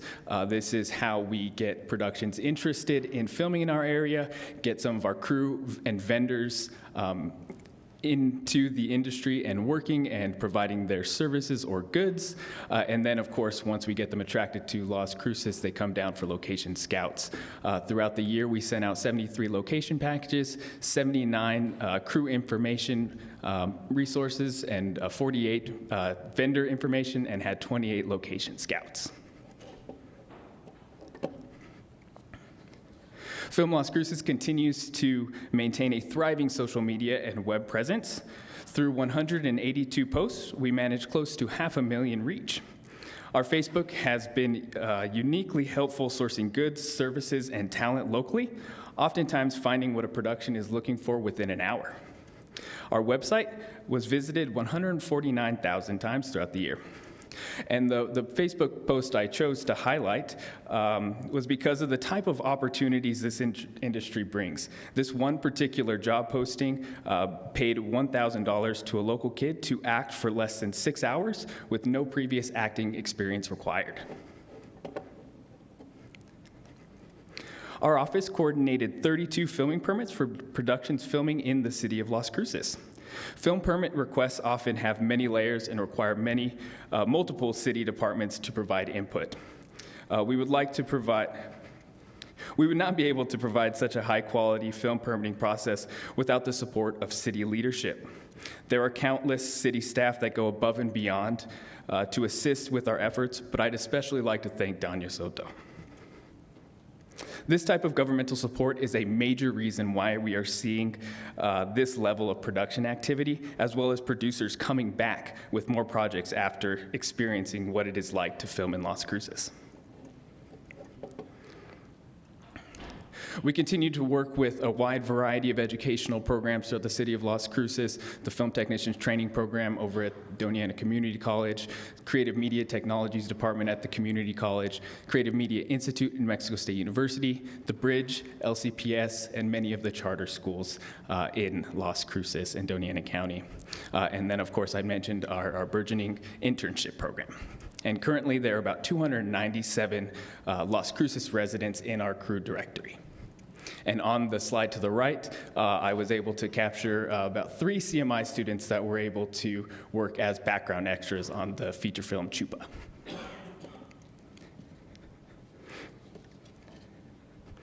This is a new statistic that I have started to track, taking a look at the crew lists and call sheets that we receive for all of the film and television productions that come to our area. This is the percentage of local below-the-line crew members, local Las Cruces below-the-line crew members that make up the entirety of the below-the-line crew for each of these film and television productions that come to our area. And we are seeing a growth in those numbers. An area where you may not see growth is Squealer and Bad Hombres, but those productions had quite a bit of overlap.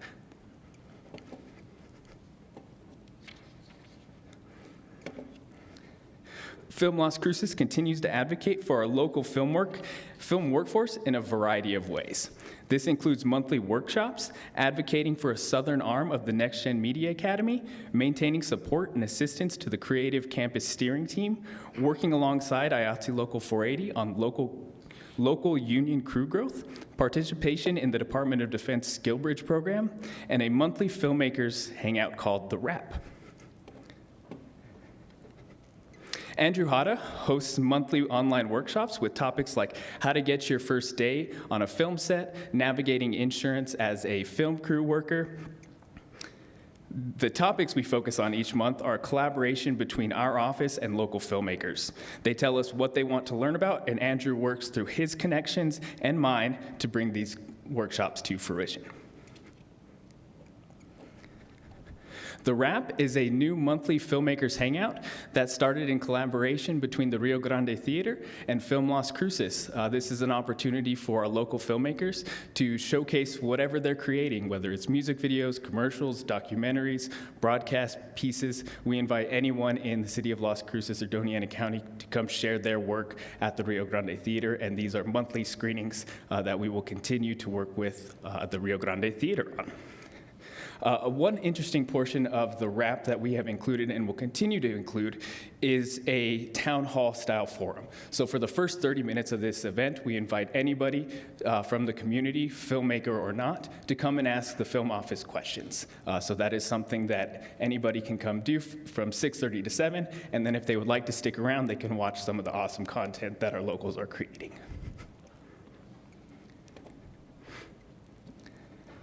Our film-friendly vendor program finished the year off with 114 local businesses in Las Cruces. This includes everything from barricades, catering services, picture cars, and many other types of goods and services.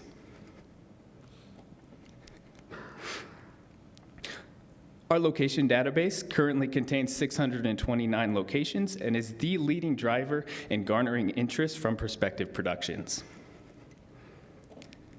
I can't thank you all enough for your continued support of the growth in the creative economy here in Las Cruces, and I stand for any questions. Thank you. Appreciate your presentation. Sorry, Councilor Cran, Councilor Bengomo, Councilor Cran. Okay, I'll go first. Thank you, John, for the great presentation and for all the things. I just want to sort of, well, first of all, I once starred as a pig in space in an infomercial that was 8 hours long, and I only got paid $50. So I'm really excited about actual economic development as opposed to exploitation of kids who look like pigs, apparently. I hope not. I really hope not. But I did just want to point out the Next Gen Academy. It was great to see you at the event that the governor had here. I was wondering if you could just talk a little bit more about what that is. It seems like it's a really big collaborative project, and it's going to increase what I think what I've sort of heard from folks is that we need more local talent ever growing. And so I'm wondering if you can just talk a little bit more about that, because I know it's a pretty new and exciting development. So I turn it over to you. Absolutely. Thank you for the question, Councilor Cran. So you're correct. One of the biggest issues we have always faced with attracting film and television productions to our area is the amount of local crew that is available. CMI, CMT, FTTP have done a great job in training these crew members, but there's always more that can be done. In the previous New Mexico legislative session, the New Mexico Film Office assisted to coordinate about $40 million to invest in what they're calling the Next Generation Media Academy.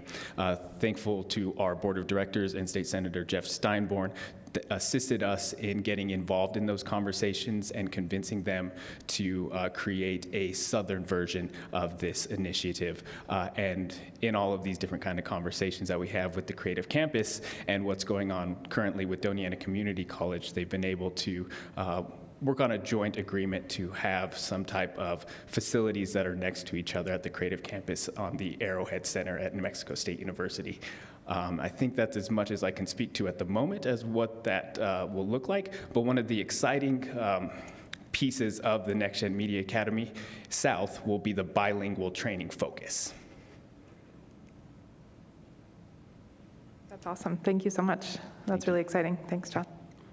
Thank you, Councilor Grant. Councilor Bengomo. Thank you, Mayor Pro Tem. Thank you so much, Mr. Sepp, for that thorough presentation.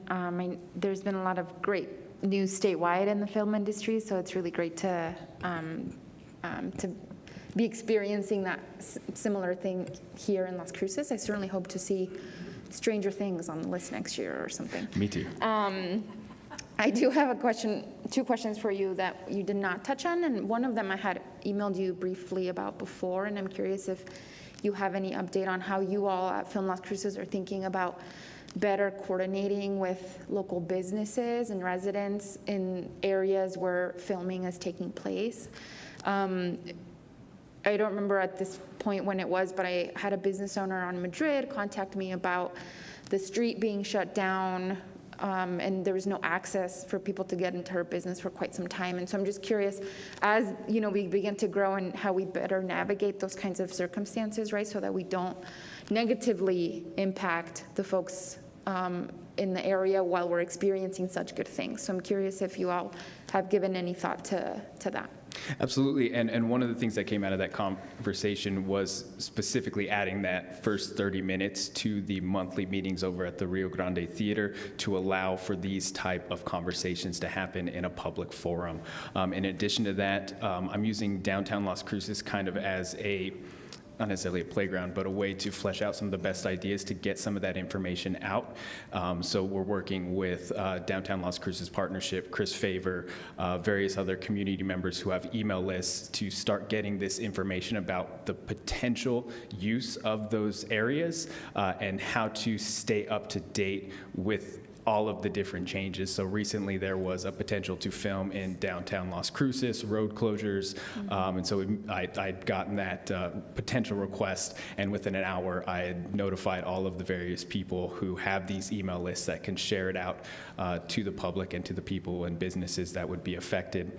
And that quickly changed into something that was a much smaller impact, and we were able to solve that issue with notification letters. And speaking more towards the notification letters, that is something that our office is making sure that it happens in a timely fashion, and making sure that they include our film office's information on all of the letters that go out. And so that is an opportunity for community members to reach out to us with any questions that they have, or navigating the process on their own, because before the production starts, oftentimes there's opportunity to air out these concerns and work together to find what is going to impact these businesses or these community members as little as possible. Right. And sometimes making sure that they're monetarily compensated for any impact that they do face, but it is very difficult to do that after the fact. Right. So as city councilors and working with your constituents, I would appreciate it if you could share with them, reach out to us. If you ever get any type of notification or letter or see any type of film activity in your area that you, even if you weren't aware of and it's ongoing, give us a call. We're there 24/7. I don't always like to say that, but our office phone number hits all of our cell phones, so you can get a hold of us any point in time, day or night. We pick up the phone. Thank you so much for the quick response then, and then working through this process. I think that's going to go a really, really long way. Thank you. Thank you. My last question, and it might not be for you, it could be, but it could be for IFO or Chief Dominguez. I've just noticed that PD has been involved in some of these, I'm assuming, closing down of streets and some traffic navigation. I'm curious how much time is PD spending on some of this, or what is like our internal policy when it comes to a film set and the use of officers?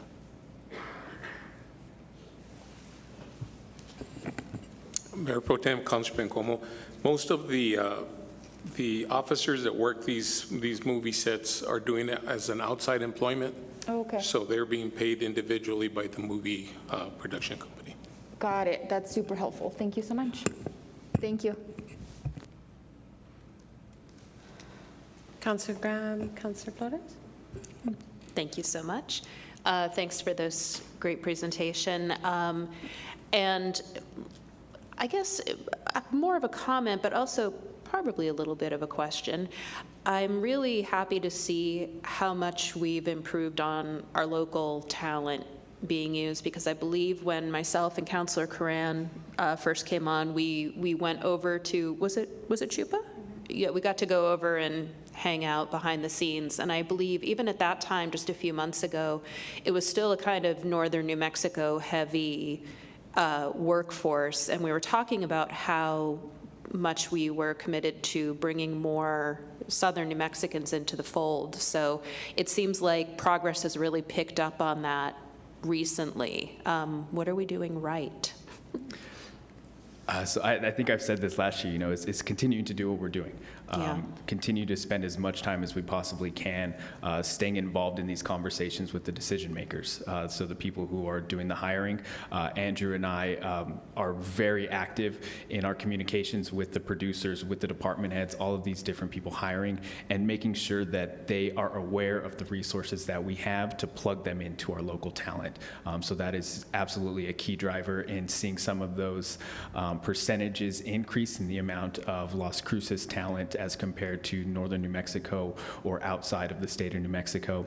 And then the next driver of that is the education. So, we can put all of these names in front of these decision makers as we are able to, but then they have to close the deal. So there's many different areas like the monthly workshops that we are putting on, or the coordination with Local 480 to bring their workshops down here, our efforts to assist the Creative Media Technologies Department, the Creative Media Institute, and just advertising the type of training that they have to give these decision makers in their hiring process an understanding that when they hire our locals, they're going to get the work that they need out of these workers. Yeah, that's so good to hear. I feel like this is this is definitely one of the target industries from the New Mexico Economic Development Department for diversifying the state's economy. And I think it's one of our best opportunities to keep our local talent local. And I think just in a strange sort of, I know this would sound a little like kind of weird and out there, but I think having people who are local working these films just puts a heart and a passion into it. This is their home, this is their landscape, and that really communicates through in the projects that are coming out of here. And I do want to say hi to Andrew. Hi, Andrew. One of my coolest former students ever, and a great example of keeping local talent and local brilliance local. So good to see you. Thank you. Thank you, Councillor Graham. Councillor Flores. Thank you, Madam Chair. And thank you, John. Thank you so much for all your work. It's been a struggle at times, but boy, you've really taken off. And thank you, Jeff, Senator Steinborn, for all of your efforts and your vision. And John, your vision and hard work. But I think that some of the local talent, or I believe it's some crew people have to be union. And but the union is doing a good job of training people locally and then having them become union members. Is that still a practice?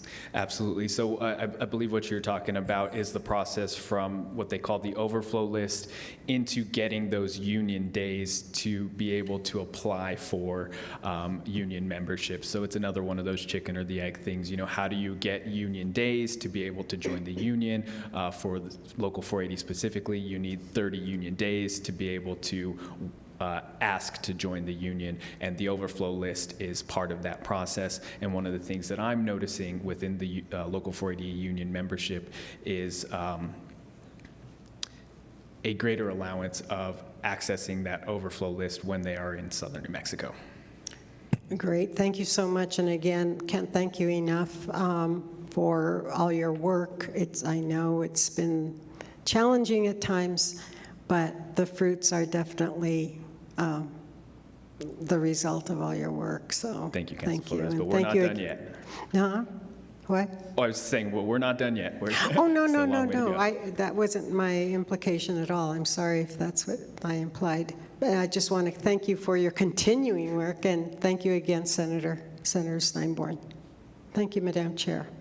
Thank you, Councillor Flores. Again, John, thank you for your presentation. I have a couple of questions. Welcome, Senator Steinborn, to the chamber. Good to see you. One of my questions has to do with your office space. Did you move? Did you say that and I'm not paying attention? We did. Yes, ma'am. Yes, Councilor. Okay. See, I wasn't paying attention. Yes, we did. So we are no longer at the WIA building across from Pioneer Women's Park. We are off of Greg's. So we are catty corner to Zafiro's. Catty corner to where? Zafiro's. Okay. All right. Very good. I've seen the signed, so I wanted to verify. The second question is around the soundstage. We had some money specifically for the soundstage and have had some stalls and starts, and I just wanted an update on that. Absolutely. So I'm not sure how much of an update I'm allowed to give, but I guess one thing I could say is there might be some potential to use those funds in the very near future. Very cool. I've been hearing that for a little bit, so just anxious Probably to hear. about a year. Well, I've been here for 6 or 7 years, and I do we've had apologize the for starts my and cryptic stops, nature. but I've heard more specifically, can't tell you, so I thought I'd ask, and just because we have that money graciously from many of our legislative folks, and they ask every now and again, and we don't have anything to report to them. So is there a time frame in terms of where we could hear more? I'm not too sure on that. I think Elizabeth Teeters is going to help me with that. Mayor Pro Tem Elizabeth Teeters again. Again, I'm going to be super cryptic as well, but I will say that we're hoping to be able to bring something to City Council for approval in the next, I'm not even going to give a number of months, in the next few months as a use for the funds. Great, that's good to hear. Thank you, Elizabeth. And then, John, for the coming year, are you on a fiscal year to year, like January to December, or fiscal year July to June? Mayor Pro Tem Gondeta, so for our city reporting and county reporting, we operate on a fiscal year July to June. Okay. As an organization, we operate on a January to December fiscal Okay, year. so what are your priorities for the coming year? What things would you like to see happen? One thing I would definitely like to see to happen is to be able to not be so cryptic about some of these exciting things we've been working on for what feels like a decade now. Sure. So going back to the amount of production days that we see in a year, I certainly would love next year to be able to report 365 days of production days in Las Cruces. That is definitely one of my personal goals within the office. And then increasing the percentage of below-the-line workers and keeping all of our best talent here in Las Cruces.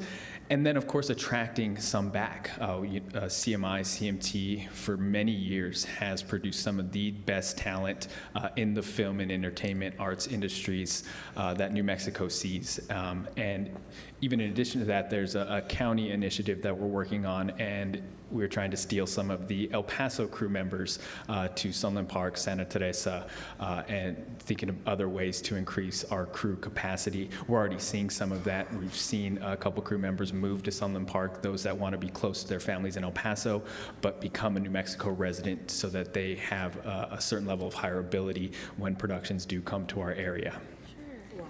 That's great. That's really great to hear. I know when I first started on council, one of the things that we, a couple or three councils had really stressed was mitigating the brain drain, right? And I really appreciate Councilor Graham's commentary about that. And, the city really has focused on paid internships, the apprenticeships, working with you as you build your scholarship program for the training that happens. I think all those things are really important, especially if we're moving toward diversifying, right, our economy. Did you say anything around that program that you're training up folks? That was something that was happening a few years back. Has that continued, and how successful has it been, and what more might we do to add to that? Absolutely. So if I hear you correctly, I think you were asking about our internship program within Film Las Cruces. Yes, but there was also a training, right, that if and I know Senator Steinborn was recruiting people to build sort of a scholarship program for people to participate in that training program. Is that still in effect? Absolutely. So I know what you're talking about now, Mayor Pro Tem. So that is the scholarship that Film Las Cruces sponsored at the Doña Ana Community College, Yes. specific to the Film Technicians Training Program. And as far as I'm aware, there's still active funds that are contributing yearly to a set amount, which I believe is 2 scholarships a year, with the amount that we initially funded into this scholarship program. Okay, thank you. Thank you. I appreciate that. Any other questions? No? Seeing none, John, appreciate you. Thank you. Thank you, Mayor Good Pro Tem. luck, Thank you, and I look Council, forward to staff. seeing you in the near future. Not be so cryptic. Yes, me too. Yes. Okay, and next we have the Farmers and Crafts Market with Ms. Karen Bradshaw.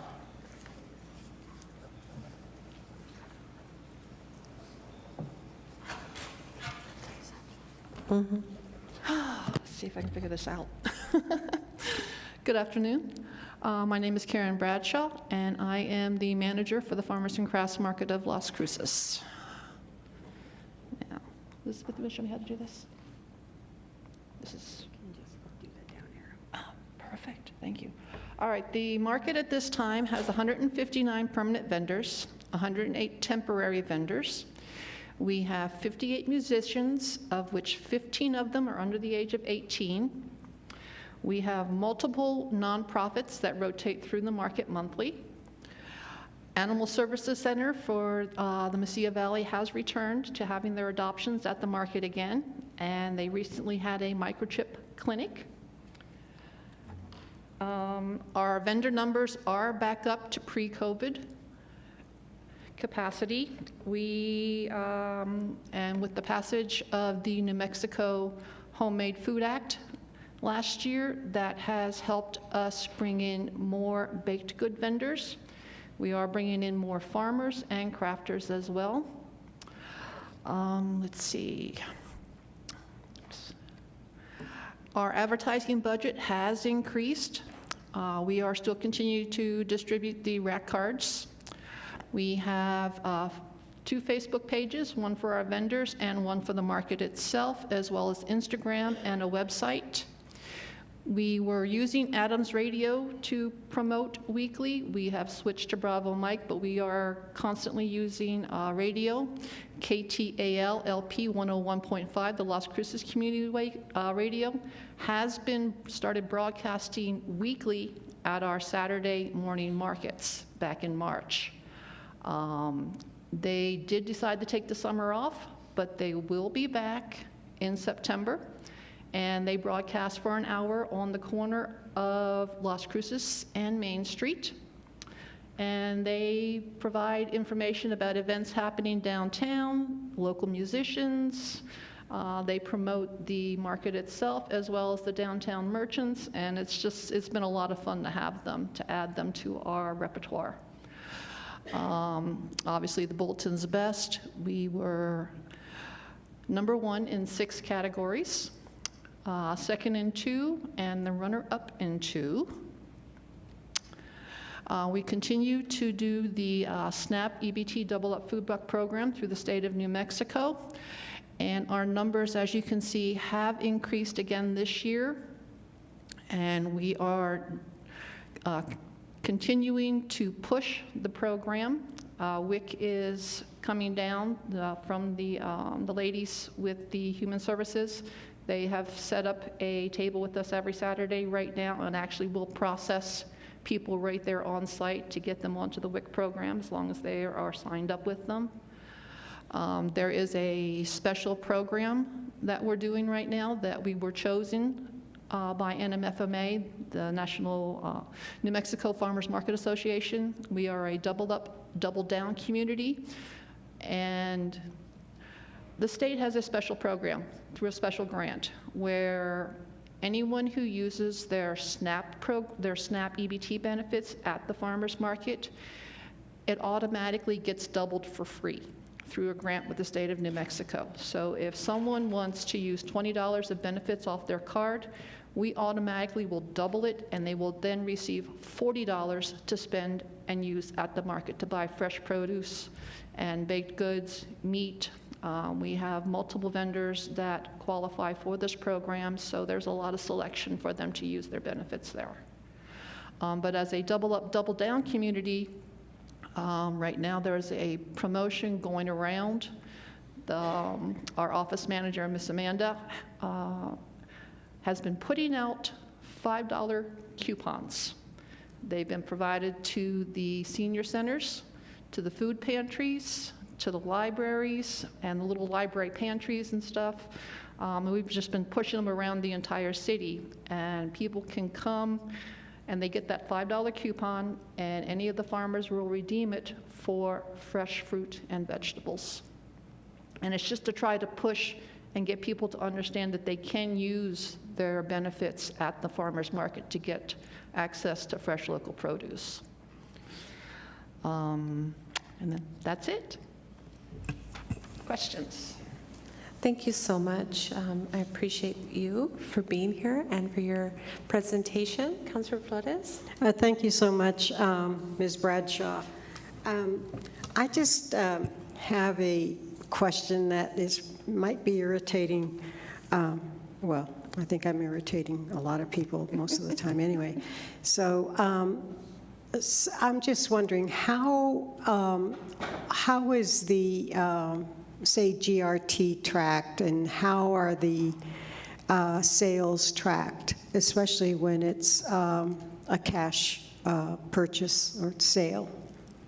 Oh, are you talking about the gross receipts? Yeah, GRT, yes, Okay, gross receipts, okay. and just that sort of stuff. I'm just wondering how that works.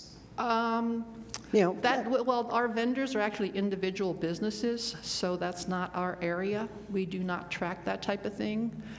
We are required to ensure that they are compliant.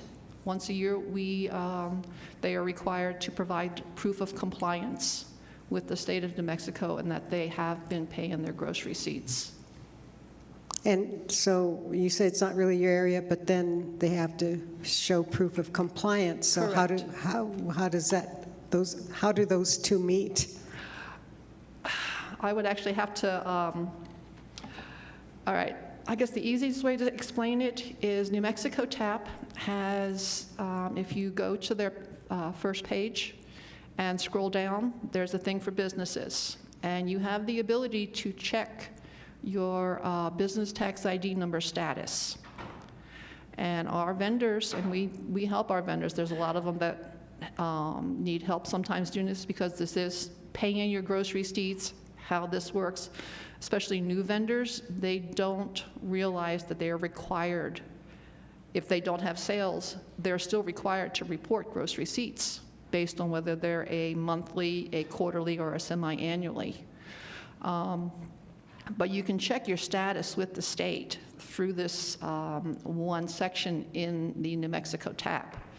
And it's just a matter of entering in your business tax ID number, your zip code, and then your, depending on how you registered it, it's either your Social Security number, the last 4 digits, or the last 4 digits of your EIN. And then that goes through their site, and it'll show whether you're compliant or not. We do not know what their numbers are. We do let them know that we would like them to, when they do report, that they use the TID number and not the City of Las Cruces number, because that money does stay here and helps the downtown district. But as to exactly how much everyone reports or what they report, we don't know. We don't have access to that. So it's on the honor system? Correct. So, okay, I always wondered about that, but... But we do, like I said, we do require, and it will show whether they're compliant or not. It actually comes up. If they're not in compliance, it's in big red letters, not in compliant. And that means that they have not been reporting. Correct. Or there's an issue with their account. The state last year changed how they changed their entire system, where the reporting, oh yeah. We had vendors who actually could not access their account and there were a lot of bugs in the new system. Hopefully, all of that has finally been ironed out so that when we get to the reporting time, because we have them report in February, that way, because everyone is required to be up to date on their gross receipt reporting come January 25th. And it takes the state's website about a week to fully update. So come February 1st through February 28th or 29th, if it's a leap year, our vendors are required to provide us with the proof that they're compliant. Okay. And then the other question I have is, I've seen items being sold. There's one particular vendor who's absolutely does beautiful work. It's just amazing what she does. And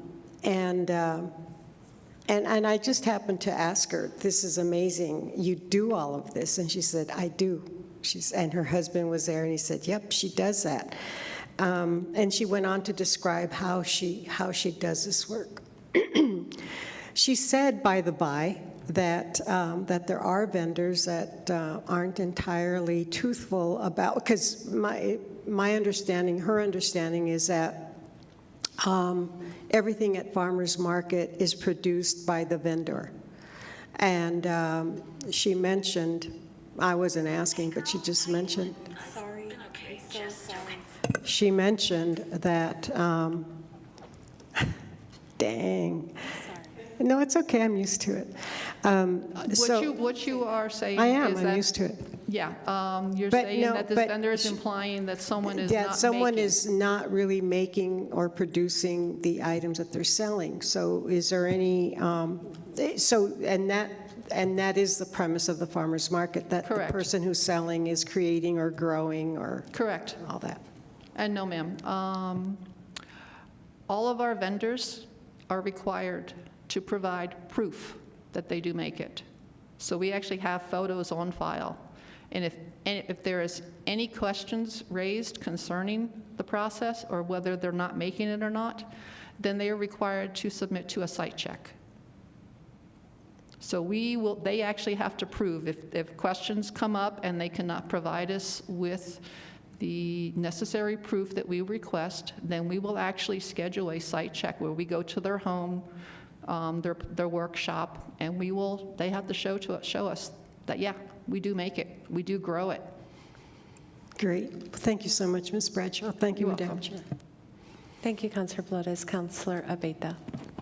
Thank you, Mayor Pro Tem. Thank you so much for the presentation. I was particularly interested in the numbers that you had regarding people using their SNAP benefits and everything. Yes, and so ma'am. I'm curious, as you've seen your vendor levels kind of even to pre-pandemic, how do you go about, I guess, for lack of a better term, choosing who gets to have a space at the market, and how do you balance food versus crafts? We actually do not have a limit where farmers or crafters are concerned, so we don't set a limit on that. It has been discussed because some do feel we are craft heavy. However, we also feel that we should not infringe on the promotion of business. Everyone that comes to, that wants to be a vendor should at least have the opportunity to try, and the market will choose who survives and who doesn't. Anyone who is a farmer, who provides us with produce, the agriculture and everything, it's an automatic in. That's guaranteed. We are a farmer's market first. We are not yet at the point of restricting crafters. It's possible someday we might come to that point, but no, farmers will always have the top priority. That's no ifs, ands, or buts. That's great to hear. And then if you have 159 vendors, what is the peak capacity of the market? That's difficult to say because of the fact of space size. Most of our vendors are 10 by 10s, but we do have some vendors that are 10 by 20. Obviously, we have food trucks that are up to 30 feet, plus they require 10 feet on either side because of the fire marshal clearance that we need to have.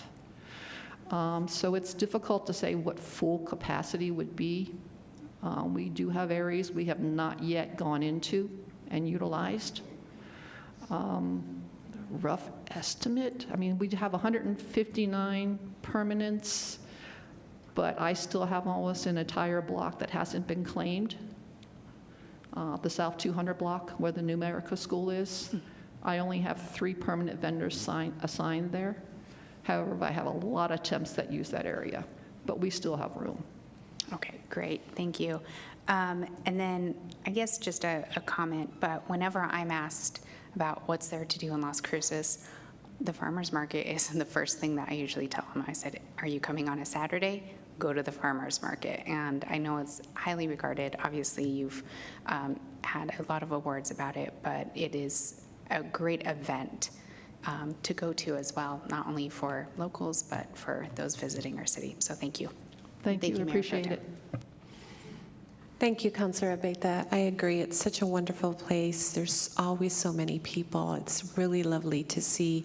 I wanted to ask a question, really Abby's question, about the junior vendors and your relationship with them, and how many do you have, and where are they located, and All are right. they every Saturday? Kids Can. Yes, Kids Can is there every Saturday. They have 2 10 by 10 spots where they have up to 4 vendors. And of course,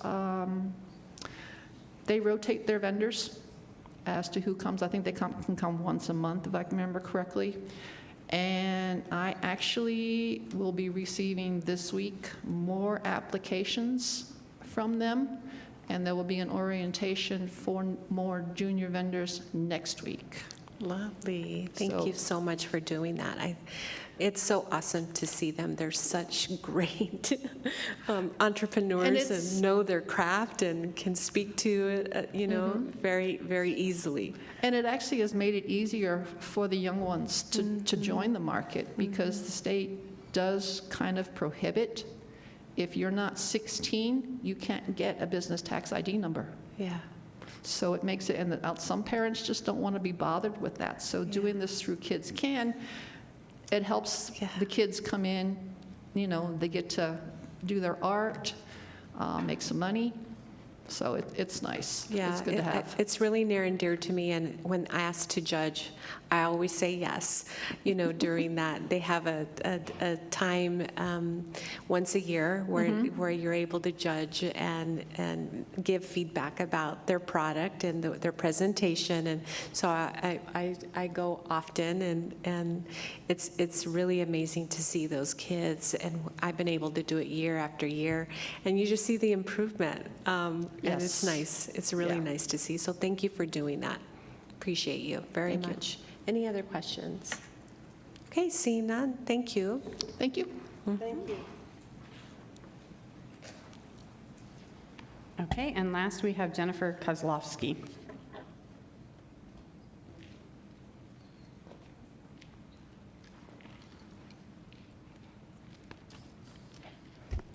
Good afternoon. As she said, I'm Jennifer Kozlowski. I'm the Executive Director for Downtown Las Cruces Partnership, and I know some of you have met Susan Cabello, but I also want to introduce her as she is now officially our Director of the Arts and Cultural District. So it's a really big deal, and we're very excited to have her in this capacity, although she's been doing it for 2 years already. So let me get over to where we are. As always, I like to start with what our mission is, and it's very important that we always refer back to our mission, even in our board meetings at every point we can, because it is to create a signature business destination that celebrates our region's rich cultural heritage, local arts and culture, and contributes to a thriving, sustainable, and economically vibrant downtown. Every time we come up with a project, we always look at it through this lens. Is it going to be helpful for our program? Or is it going to be helpful for downtown? Is it going to be good for Las Cruces? Is it going to be good for the people that live in our district, as well as the people that come to our district? I want to tell you guys that we have been accredited once again by New Mexico Main Street as well as Main Street America. It's a pretty vigorous process. We have to meet quite a few goals, and our performance standards are not easy, but we have reached them again, and so I'm quite proud to say, at least while I've been here for the 5th year in a row, we have met all of these standards. This is a quick overview of the reinvestment impact Main Street America programs around the country have had through Main Street in the United States. As you can see, they've put 5.7 billion has been reinvested locally, and the way they get these numbers is we do quarterly reporting at the state level, and the state turns it into Main Street America in order to see how this works, and if we've used grants to rehab buildings, if we've had a building owner come in and say, I want to put this much money to rehabbing for, let's say, a restaurant that moved into the district. We always try to take this into account. Not everybody gives us that information, but we try to be very conservative on our reporting so we're not overvaluing some of the things that might have happened. But as we go through, you'll see where we've actually done pretty well this year for Downtown Las Cruces Partnership. Right now, we show that as of the end of June, we show that we had 13 new businesses open in downtown. And when I use the term downtown, that is, to you guys, that is the TID district, as well as our arts and cultural district. It's the layover of the ACD, and if you know what this means, that means layover. So we tend to, I sometimes just say the downtown, meaning the whole thing, but in our districts, the ACD as well as downtown proper, these are the businesses that have opened in the last year. We also have 3 new pending projects, 4 pending, I should have changed that. 3 restaurants have contacted us to open into some locations within our district, as well as a group looking to open a nice fitness center in our downtown, which we're really hoping that one's gonna work. What we've seen over the year with these businesses open, we've seen 59 new jobs and about $2.58 million in private improvement. This is building owners, business owners, as well as property owners putting back money into the district in order to revitalize their buildings, their space, in order for us to get more businesses downtown. We have clocked in 3,700 volunteer hours this year, which has been really big for us. It's been one of our best yet. We have new board members, and they are truly a working board this time around. It's really awesome to watch, partake, and be a part of things, and really, really come at this full steam ahead. And with that, we've seen about 139 volunteers per our events, as well as things that have gone on with even in our office, computer work, telephone work, things to that nature. These are our deliverables and accomplishments for this year. As you guys remember, we did not skip Chili Drop during COVID. We did a virtual one, and we think that was to our benefit because we did have our best Chili Drop to date. The band was amazing, the crowd was amazing, the way the downtown community, thank you, the way the downtown community really worked together, it was every part of it. I can't say, there wasn't a cloud in it, although it was rainy that night, and Susan and I were very, very nervous. I want to say at 11 o'clock, 10:30, 11 o'clock, we were sitting in Boneyard going, oh God, please, you're throwing a party and no one comes. Well, people came, and it was amazing. They had a great time.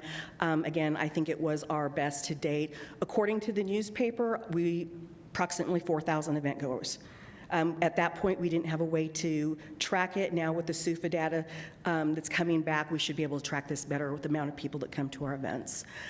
We have updated and unveiled a new website. We did that with a lot of help with our board of directors, as well as Chris Favor with the city.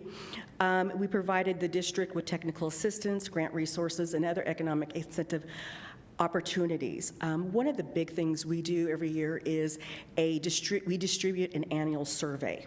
And we tend to get spammed a lot once we do it, so it is a little difficult, but Susan and Robert Cruz, our board director, sat together and they figured out the areas of increase. And so if you look at this, you can see that what people really want or most likely to come to downtown, what's going to bring them downtown, is entertainment and events. The thing that we get back the most is people want more family-friendly events.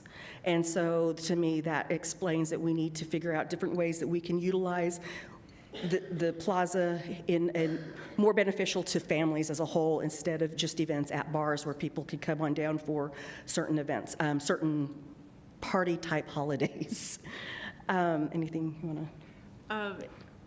So we were really surprised when we got the data back. So this graph comes from the quantitative portion of our survey. So we just asked people. Please state your name for the record. I'm sorry. I'm Susan Cabello. We asked people what would bring them downtown more often. So these show, this is just people, sometimes people just have a list. So it's not one answer per person necessarily. The things we saw the most often, like Jennifer said, is entertainment, events, dining, retail. Security, also the issue with homelessness is lumped into that. We thought that would be much larger than it was. Amenities is anything like water fountains, restrooms, more shade, those kind of things. So you can see it kind of goes up as lack of interest past that. Like I said, we were really, heartened to see that people really want to come downtown to experience things and to have an experience. And that means, as you can see, not only enjoying downtown, but hopefully also spending money and putting money back into our economy. We increased our marketing and promotion this year. We put a lot of dollars and cents behind it, but also a lot of thought process and plan with our Go Thrive Be campaign. And I hope some of you have seen it. I know I did report to the PRC committee, and you were able to see some of our stuff that we'd put forth. But we've seen a really good turnaround with it, with people visiting our website, and it's really it's really brought our community together, our downtown and our ACD together, of things that how we actually promote the other businesses. We attempted a lease rate survey to help both property owners and tenants. We did not get feedback, unfortunately. We had many people that said they would take the survey, said they would go forth through it, but we only got 5 people turn in their survey. And this was a survey for us to find out if our merchants downtown felt that they were paying proper rent and leasing, and if the property owners were renting it or leasing their spaces at a proper rate. One thing that we have heard is sometimes the leases are too high in the downtown area. So this is something we were trying to do in order to find out a little bit more. And again, unfortunately, we didn't get good feedback. So we're going to try it again this coming year, but maybe try a different way of reaching out to our district businesses. The other thing is we released this year how-to blogs, and that was a really good driving force on our website. It was how to open a business, how to get my permit, how to just very, very things that we've learned is people don't know what they don't know. Okay, rain. People don't know what they don't know. And so when they walk into our office and they want to open up a business, we have a little list of questions that we ask. And with these how-to blogs, we saw that was very helpful for people interested in opening up in the downtown district as well as the Arts and Cultural District. Since we have our deliverables with you, we haven't broken up through our Arts and Cultural District as well as DLCP proper. So these are specific to our ACD things that we were able to build on and move forward on this past year. Ventanas Vivas is always a big favorite when we decorate the windows for the holiday season in downtown. We are actually getting ready, I believe, next week to start our first meeting to get ready for Ventanas Vivas for this holiday season. Susan, one of the things we started during COVID was the Artist in Residence program. And it is a play on Artist in Residence. It is not the idea of how we all see an Artist in Residence, but she was able to develop a program that we were able to still work with our artists in our district and really get them to be, a part of a process, a part of a program, a part of our community. You want to give a little? Sure. Susan Cabello, for the record. Our Artist in Residence program has traditionally featured 6 artists per year, and they are artists who live and or work in our district. So we're celebrating the artists that are already there instead of bringing somebody else in. This year, I thought it was more successful even than the first year. We learned from our first year that we were doing a series of 3 videos, and that was 2 videos too many. People only watched the first one, so for each artist this time, we only had 1 video. Through social media alone, we saw that 21,000 and plus people had viewed these videos. So we feel that it has probably the biggest reach of any of our programs, and something that people are excited about and something that we are excited about expanding on. This year, our tagline for the ACD is, so we are really kind of delving into our district to find out what makes Southern New Mexico, and really feature those artists that show that and display it in their work. So. Okay, I'll keep going. So also this year, we worked on the Generations Community Writing Project, which is a project that pairs writers of different generations to work together and to read together. That was part of Lit Fest this year, and we'll get to that in just in a minute. Also, Jennifer and our board chair, Robert Cruz, worked really hard on completing the first phase of our walking tour. That is in the Mesquite Historic District. We have recorded narration of both English and Spanish. The tour is available also on our website. Just through social media, 472 people have accessed it. We learned through our kickoff party that perhaps we need to retool this a little bit. We don't have it in the app. We had it on a phone, and then so we had people who had like paper map and a phone, and then they didn't know kind of how to put it together, and then we're a little bit worried about them listening to the audio part in traffic. So maybe like a little bit like honing in on how we deliver that product, and adding a few more properties hopefully this year. Also, like I said, we did our Lit Fest, which is our first event. It is a literary arts festival.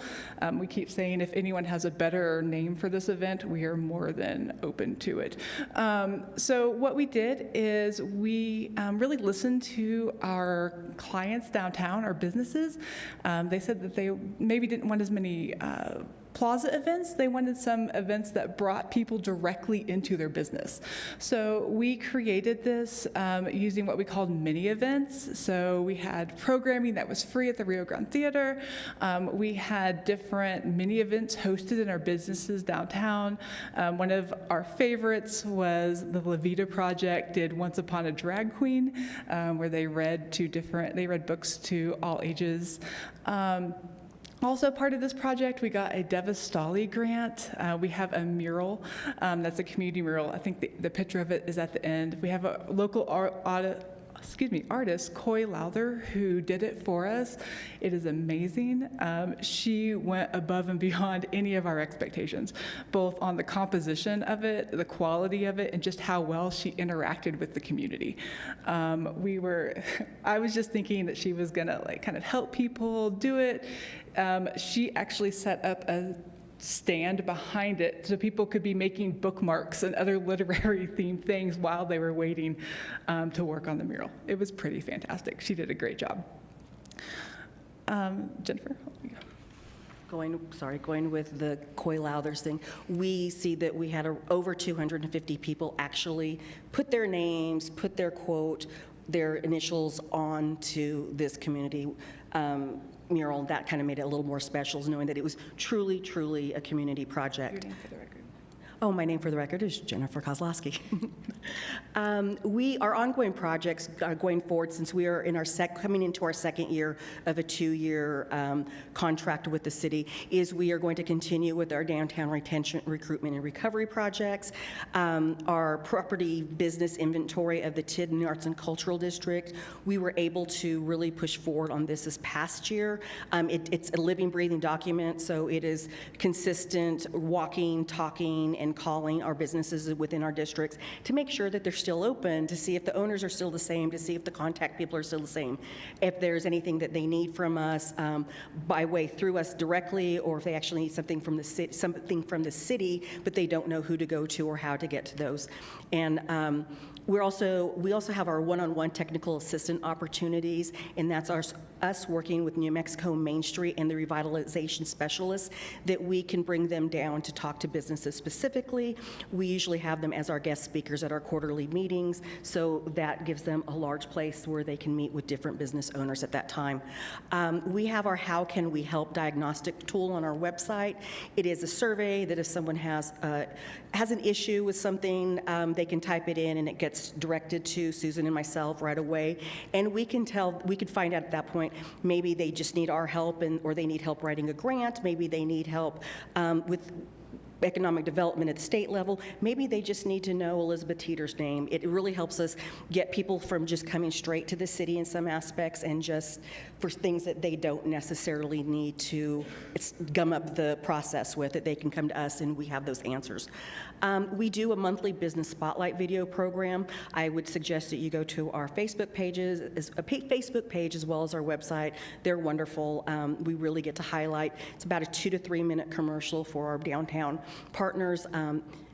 They really come to life, and it just makes you so much, at least for me, I should say, it makes me so proud that we get to do this every day and we get to have these businesses in our district. We do the annual community survey, which we just showed you the answers with, and then we'll continue to work with Destination Downtown to oversee the expenditures of our state of New Mexico appropriated funds and capital outlay projects. What you're going to see new in our 22-23 year is we are adding writers' workshops to our repertoire. Do you want to give them a quick on that?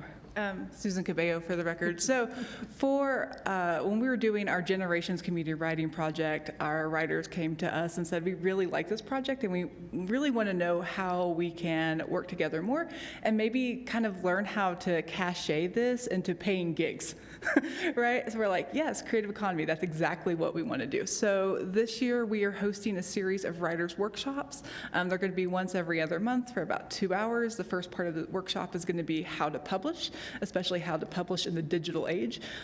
People like me who are older, who went through my English training about 10 years or so ago, it was mostly all print media. There's so many other ways you can publish now. So we really want to highlight that and kind of connect our writers with those resources.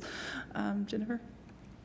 One of the other things that we're having is we're trying to focus in on the people we need to reach. And so one of the things is we're going to be surveying our arts and cultural district and with a tool to see what they want to learn. Again, going back to similar to what Jonathan said was talking about is, what do you guys want from us as well? What do you want to learn? We might think we have the know-all and end-all to be all on some things, and then our community comes back and says, that wasn't helpful. So we're doing a survey to see what they would like us to focus on in regards to the creative economy workshops.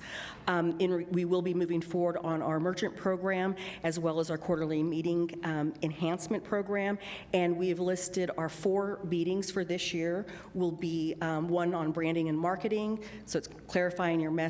We'll be activating your community, updating your business plan, and mapping the future of your business. And the last one will be safety, being a good neighbor. And that's something that we did learn through this past year, is safety is always top of mind with our merchants, but how we work with each other and how we help them help each other, and that feeds back and helps themselves as well. We will be widening our range of technical assistance for New Mexico Main Street this year. We will be introducing what we call spitball sessions. And again, if you have a better terminology, we're good. They're ideation sessions where we will have hours open. We're always open, from 9 to 5. But if someone really wants to come in and talk to us and walk through their business plan, walk through something, so we can sit there and we can really discuss, from soup to nuts, what's going on. We will be doing a marketing assessment and void analysis coming up to help us target our businesses in downtown, and we'll be targeting to see how this helps outside of southern New Mexico. What types of businesses should we be bringing into downtown that reflect our downtown? We'll also, DLCP will collaborate with sector specialists to sit in on our meetings to provide business support, and will be expansion, as she said, there will also be the expansion of our walking tour through a new mapping and recording program. These are, so if you see up here in your right-hand corner, this is the mural. The mural is on COAs, and it is, the thought behind it, actually I won't let you because I'll mess it up about the thought behind. Susan Cabello for the record. So Coy Lowther, our artist, came in with this concept drawing of water. And we're kind of like, I don't get it, right? We're in a desert. I don't quite understand. And the more she talked about it, the more we really fell in love with this idea that downtown is the life water of a city, that COAS has been the life water of downtown for years. And this was her idea of giving a thank you back. So everything on here that is in black and white is stamped. And a lot of it is like individually stamped. So we had stamps where you could put your name or a quote or something on there. And then the bigger ones in the tree were quotes that were really meaningful to people that they dropped off at COAS. So then she made those into stamps, and that's what the tree is. Yeah. So we really like it. We're really, and then we have our little Toad Creek. So again, these are just quick things that were up on our social media as well as our website this past year, and this going into our Go Thrive B. We were doing Go Thrive B for 6 months, and it was, first month was Go, second month was Thrive, then it was B, and then it was the culmination of the different ones. And so these are 3 that we just put up right now so you could have a quick overview. And also wanted to tell you, sorry, I forgot to say that back. This year, we were actually able to beat our match with the city by over $10,000, and we were able to do this even though we weren't able to have our fundraiser this past year because of the Omicron variant. So I think that is really important that we're able to meet our match as well as surpass it because of the work that staff as well as our board does to get us to the next levels. Thank you so much, Jennifer and Susan. Appreciate the presentation. And we will go with Councilor Flores, Councilor Graham. Thank you, Madam Chair, and thank you, Susan and Jennifer, for your presentation. And I just love your enthusiasm and the excitement. You exude a lot of energy, so thank you for that. I have a mundane question insofar, well, I have a couple of questions. One is, do you collaborate with the City Art Board? The City Art Board actually does have a seat, or actually, I'll let Susan answer the ACD. Okay. So Susan Cabello for the record. So we have a sitting council that is the Arts and Cultural District Coordinating Council. We have 9 open seats. One of those is City Art. So Ceci Vasconcelos is our representative for the city on that council. Oh, I see. Thank you. And then my other question is, you mentioned, Jennifer, that the numbers insofar as the money that is being generated, you said that it includes the downtown and the Mesquite. Are both of those within the TID district? Yes and no. Okay, that's what I thought. Because the ACD ends on Mesquite Street to Water. And so the TID district comes from Alameda to Campo. So when we overlaid the Arts and Cultural District, and this is through the state, they went ahead and overlaid it and are allowing us as a Main Street program to call it one district. Oh, so you don't, is there a breakdown for your internal purposes of what is within the TID in terms of Yes, ma'am. what's reported to the city? Yes. Great. Thank you so much. Absolutely. Thank you for your enthusiasm and your work. Thank you. Thank you, Councillor Flores. Councillor Graham. Hi, thank you so much for your presentation. Not a question, just more of an offer. If you're ever looking for support on the writers' workshops, I really miss teaching writing and working with writers, which is what I did a lot more before I was doing this. So let me know, hit me up. Absolutely. Calder, yes, yes. Thank you both for your work. Really looking forward to the coming year and to the chili drop. We talked specifically about that at our Economic Development PRC this last month, and we're all raring to go and ready to stand, to work with you all. I do want to inform you that our Suicide Prevention Task Force is doing Recovery Night, and we always add an art component competition to it, but they want to add a poetry component. And so love to kind of pick your brain, and if we could collaborate, maybe this could be sort of a initial phase into your next writers lit workshop.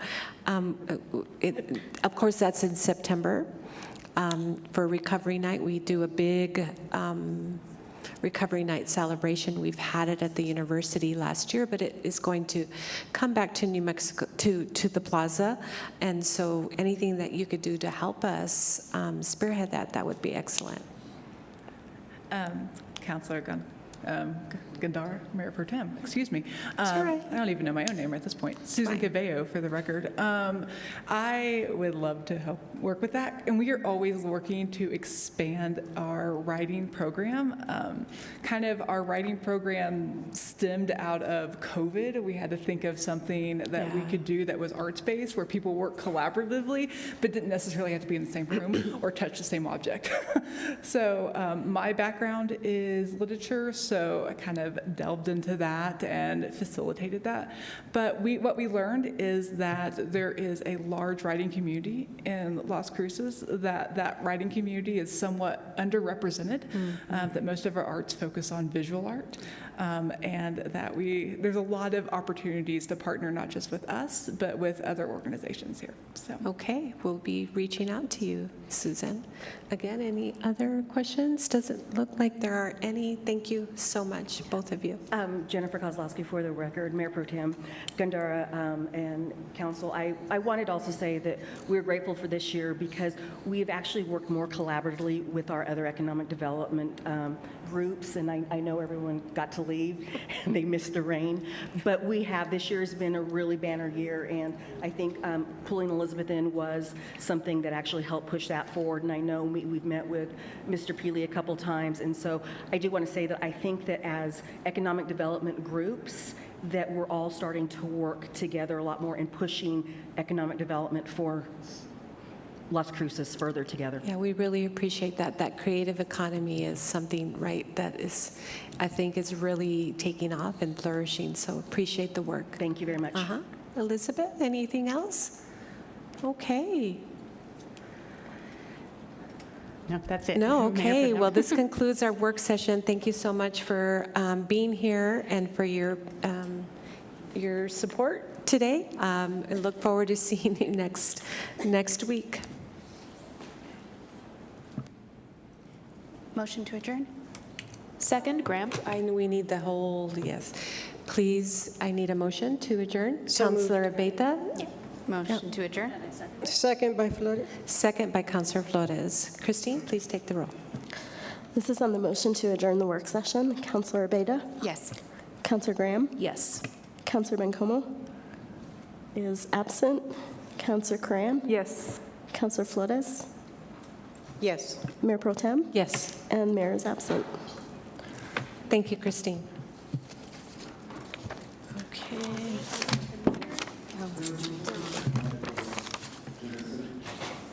Can't hear you. Let me see. Agenda setting ready? Okay. This is the agenda setting for August 15, 2022. Item 1, non-consent. Item 2, consent. One non-consent, two, I'm sorry, my mic wasn't working. Sorry, I can't hear you. One was non-consent, and then two. Consent. Consent, thank you. 3, non-consent. 3 non-consent. 4, consent. 4 consent. 5, non-consent. 5 non-consent. 6, non-consent. 6 non-consent. 7, non-consent. 7 non-consent. 8, non-consent. 8 non-consent. 9, non-consent. 9 non-consent. 10, non-consent. 10 non-consent. 11, non-consent. 11 non-consent. Thank you, Christine. Thank you.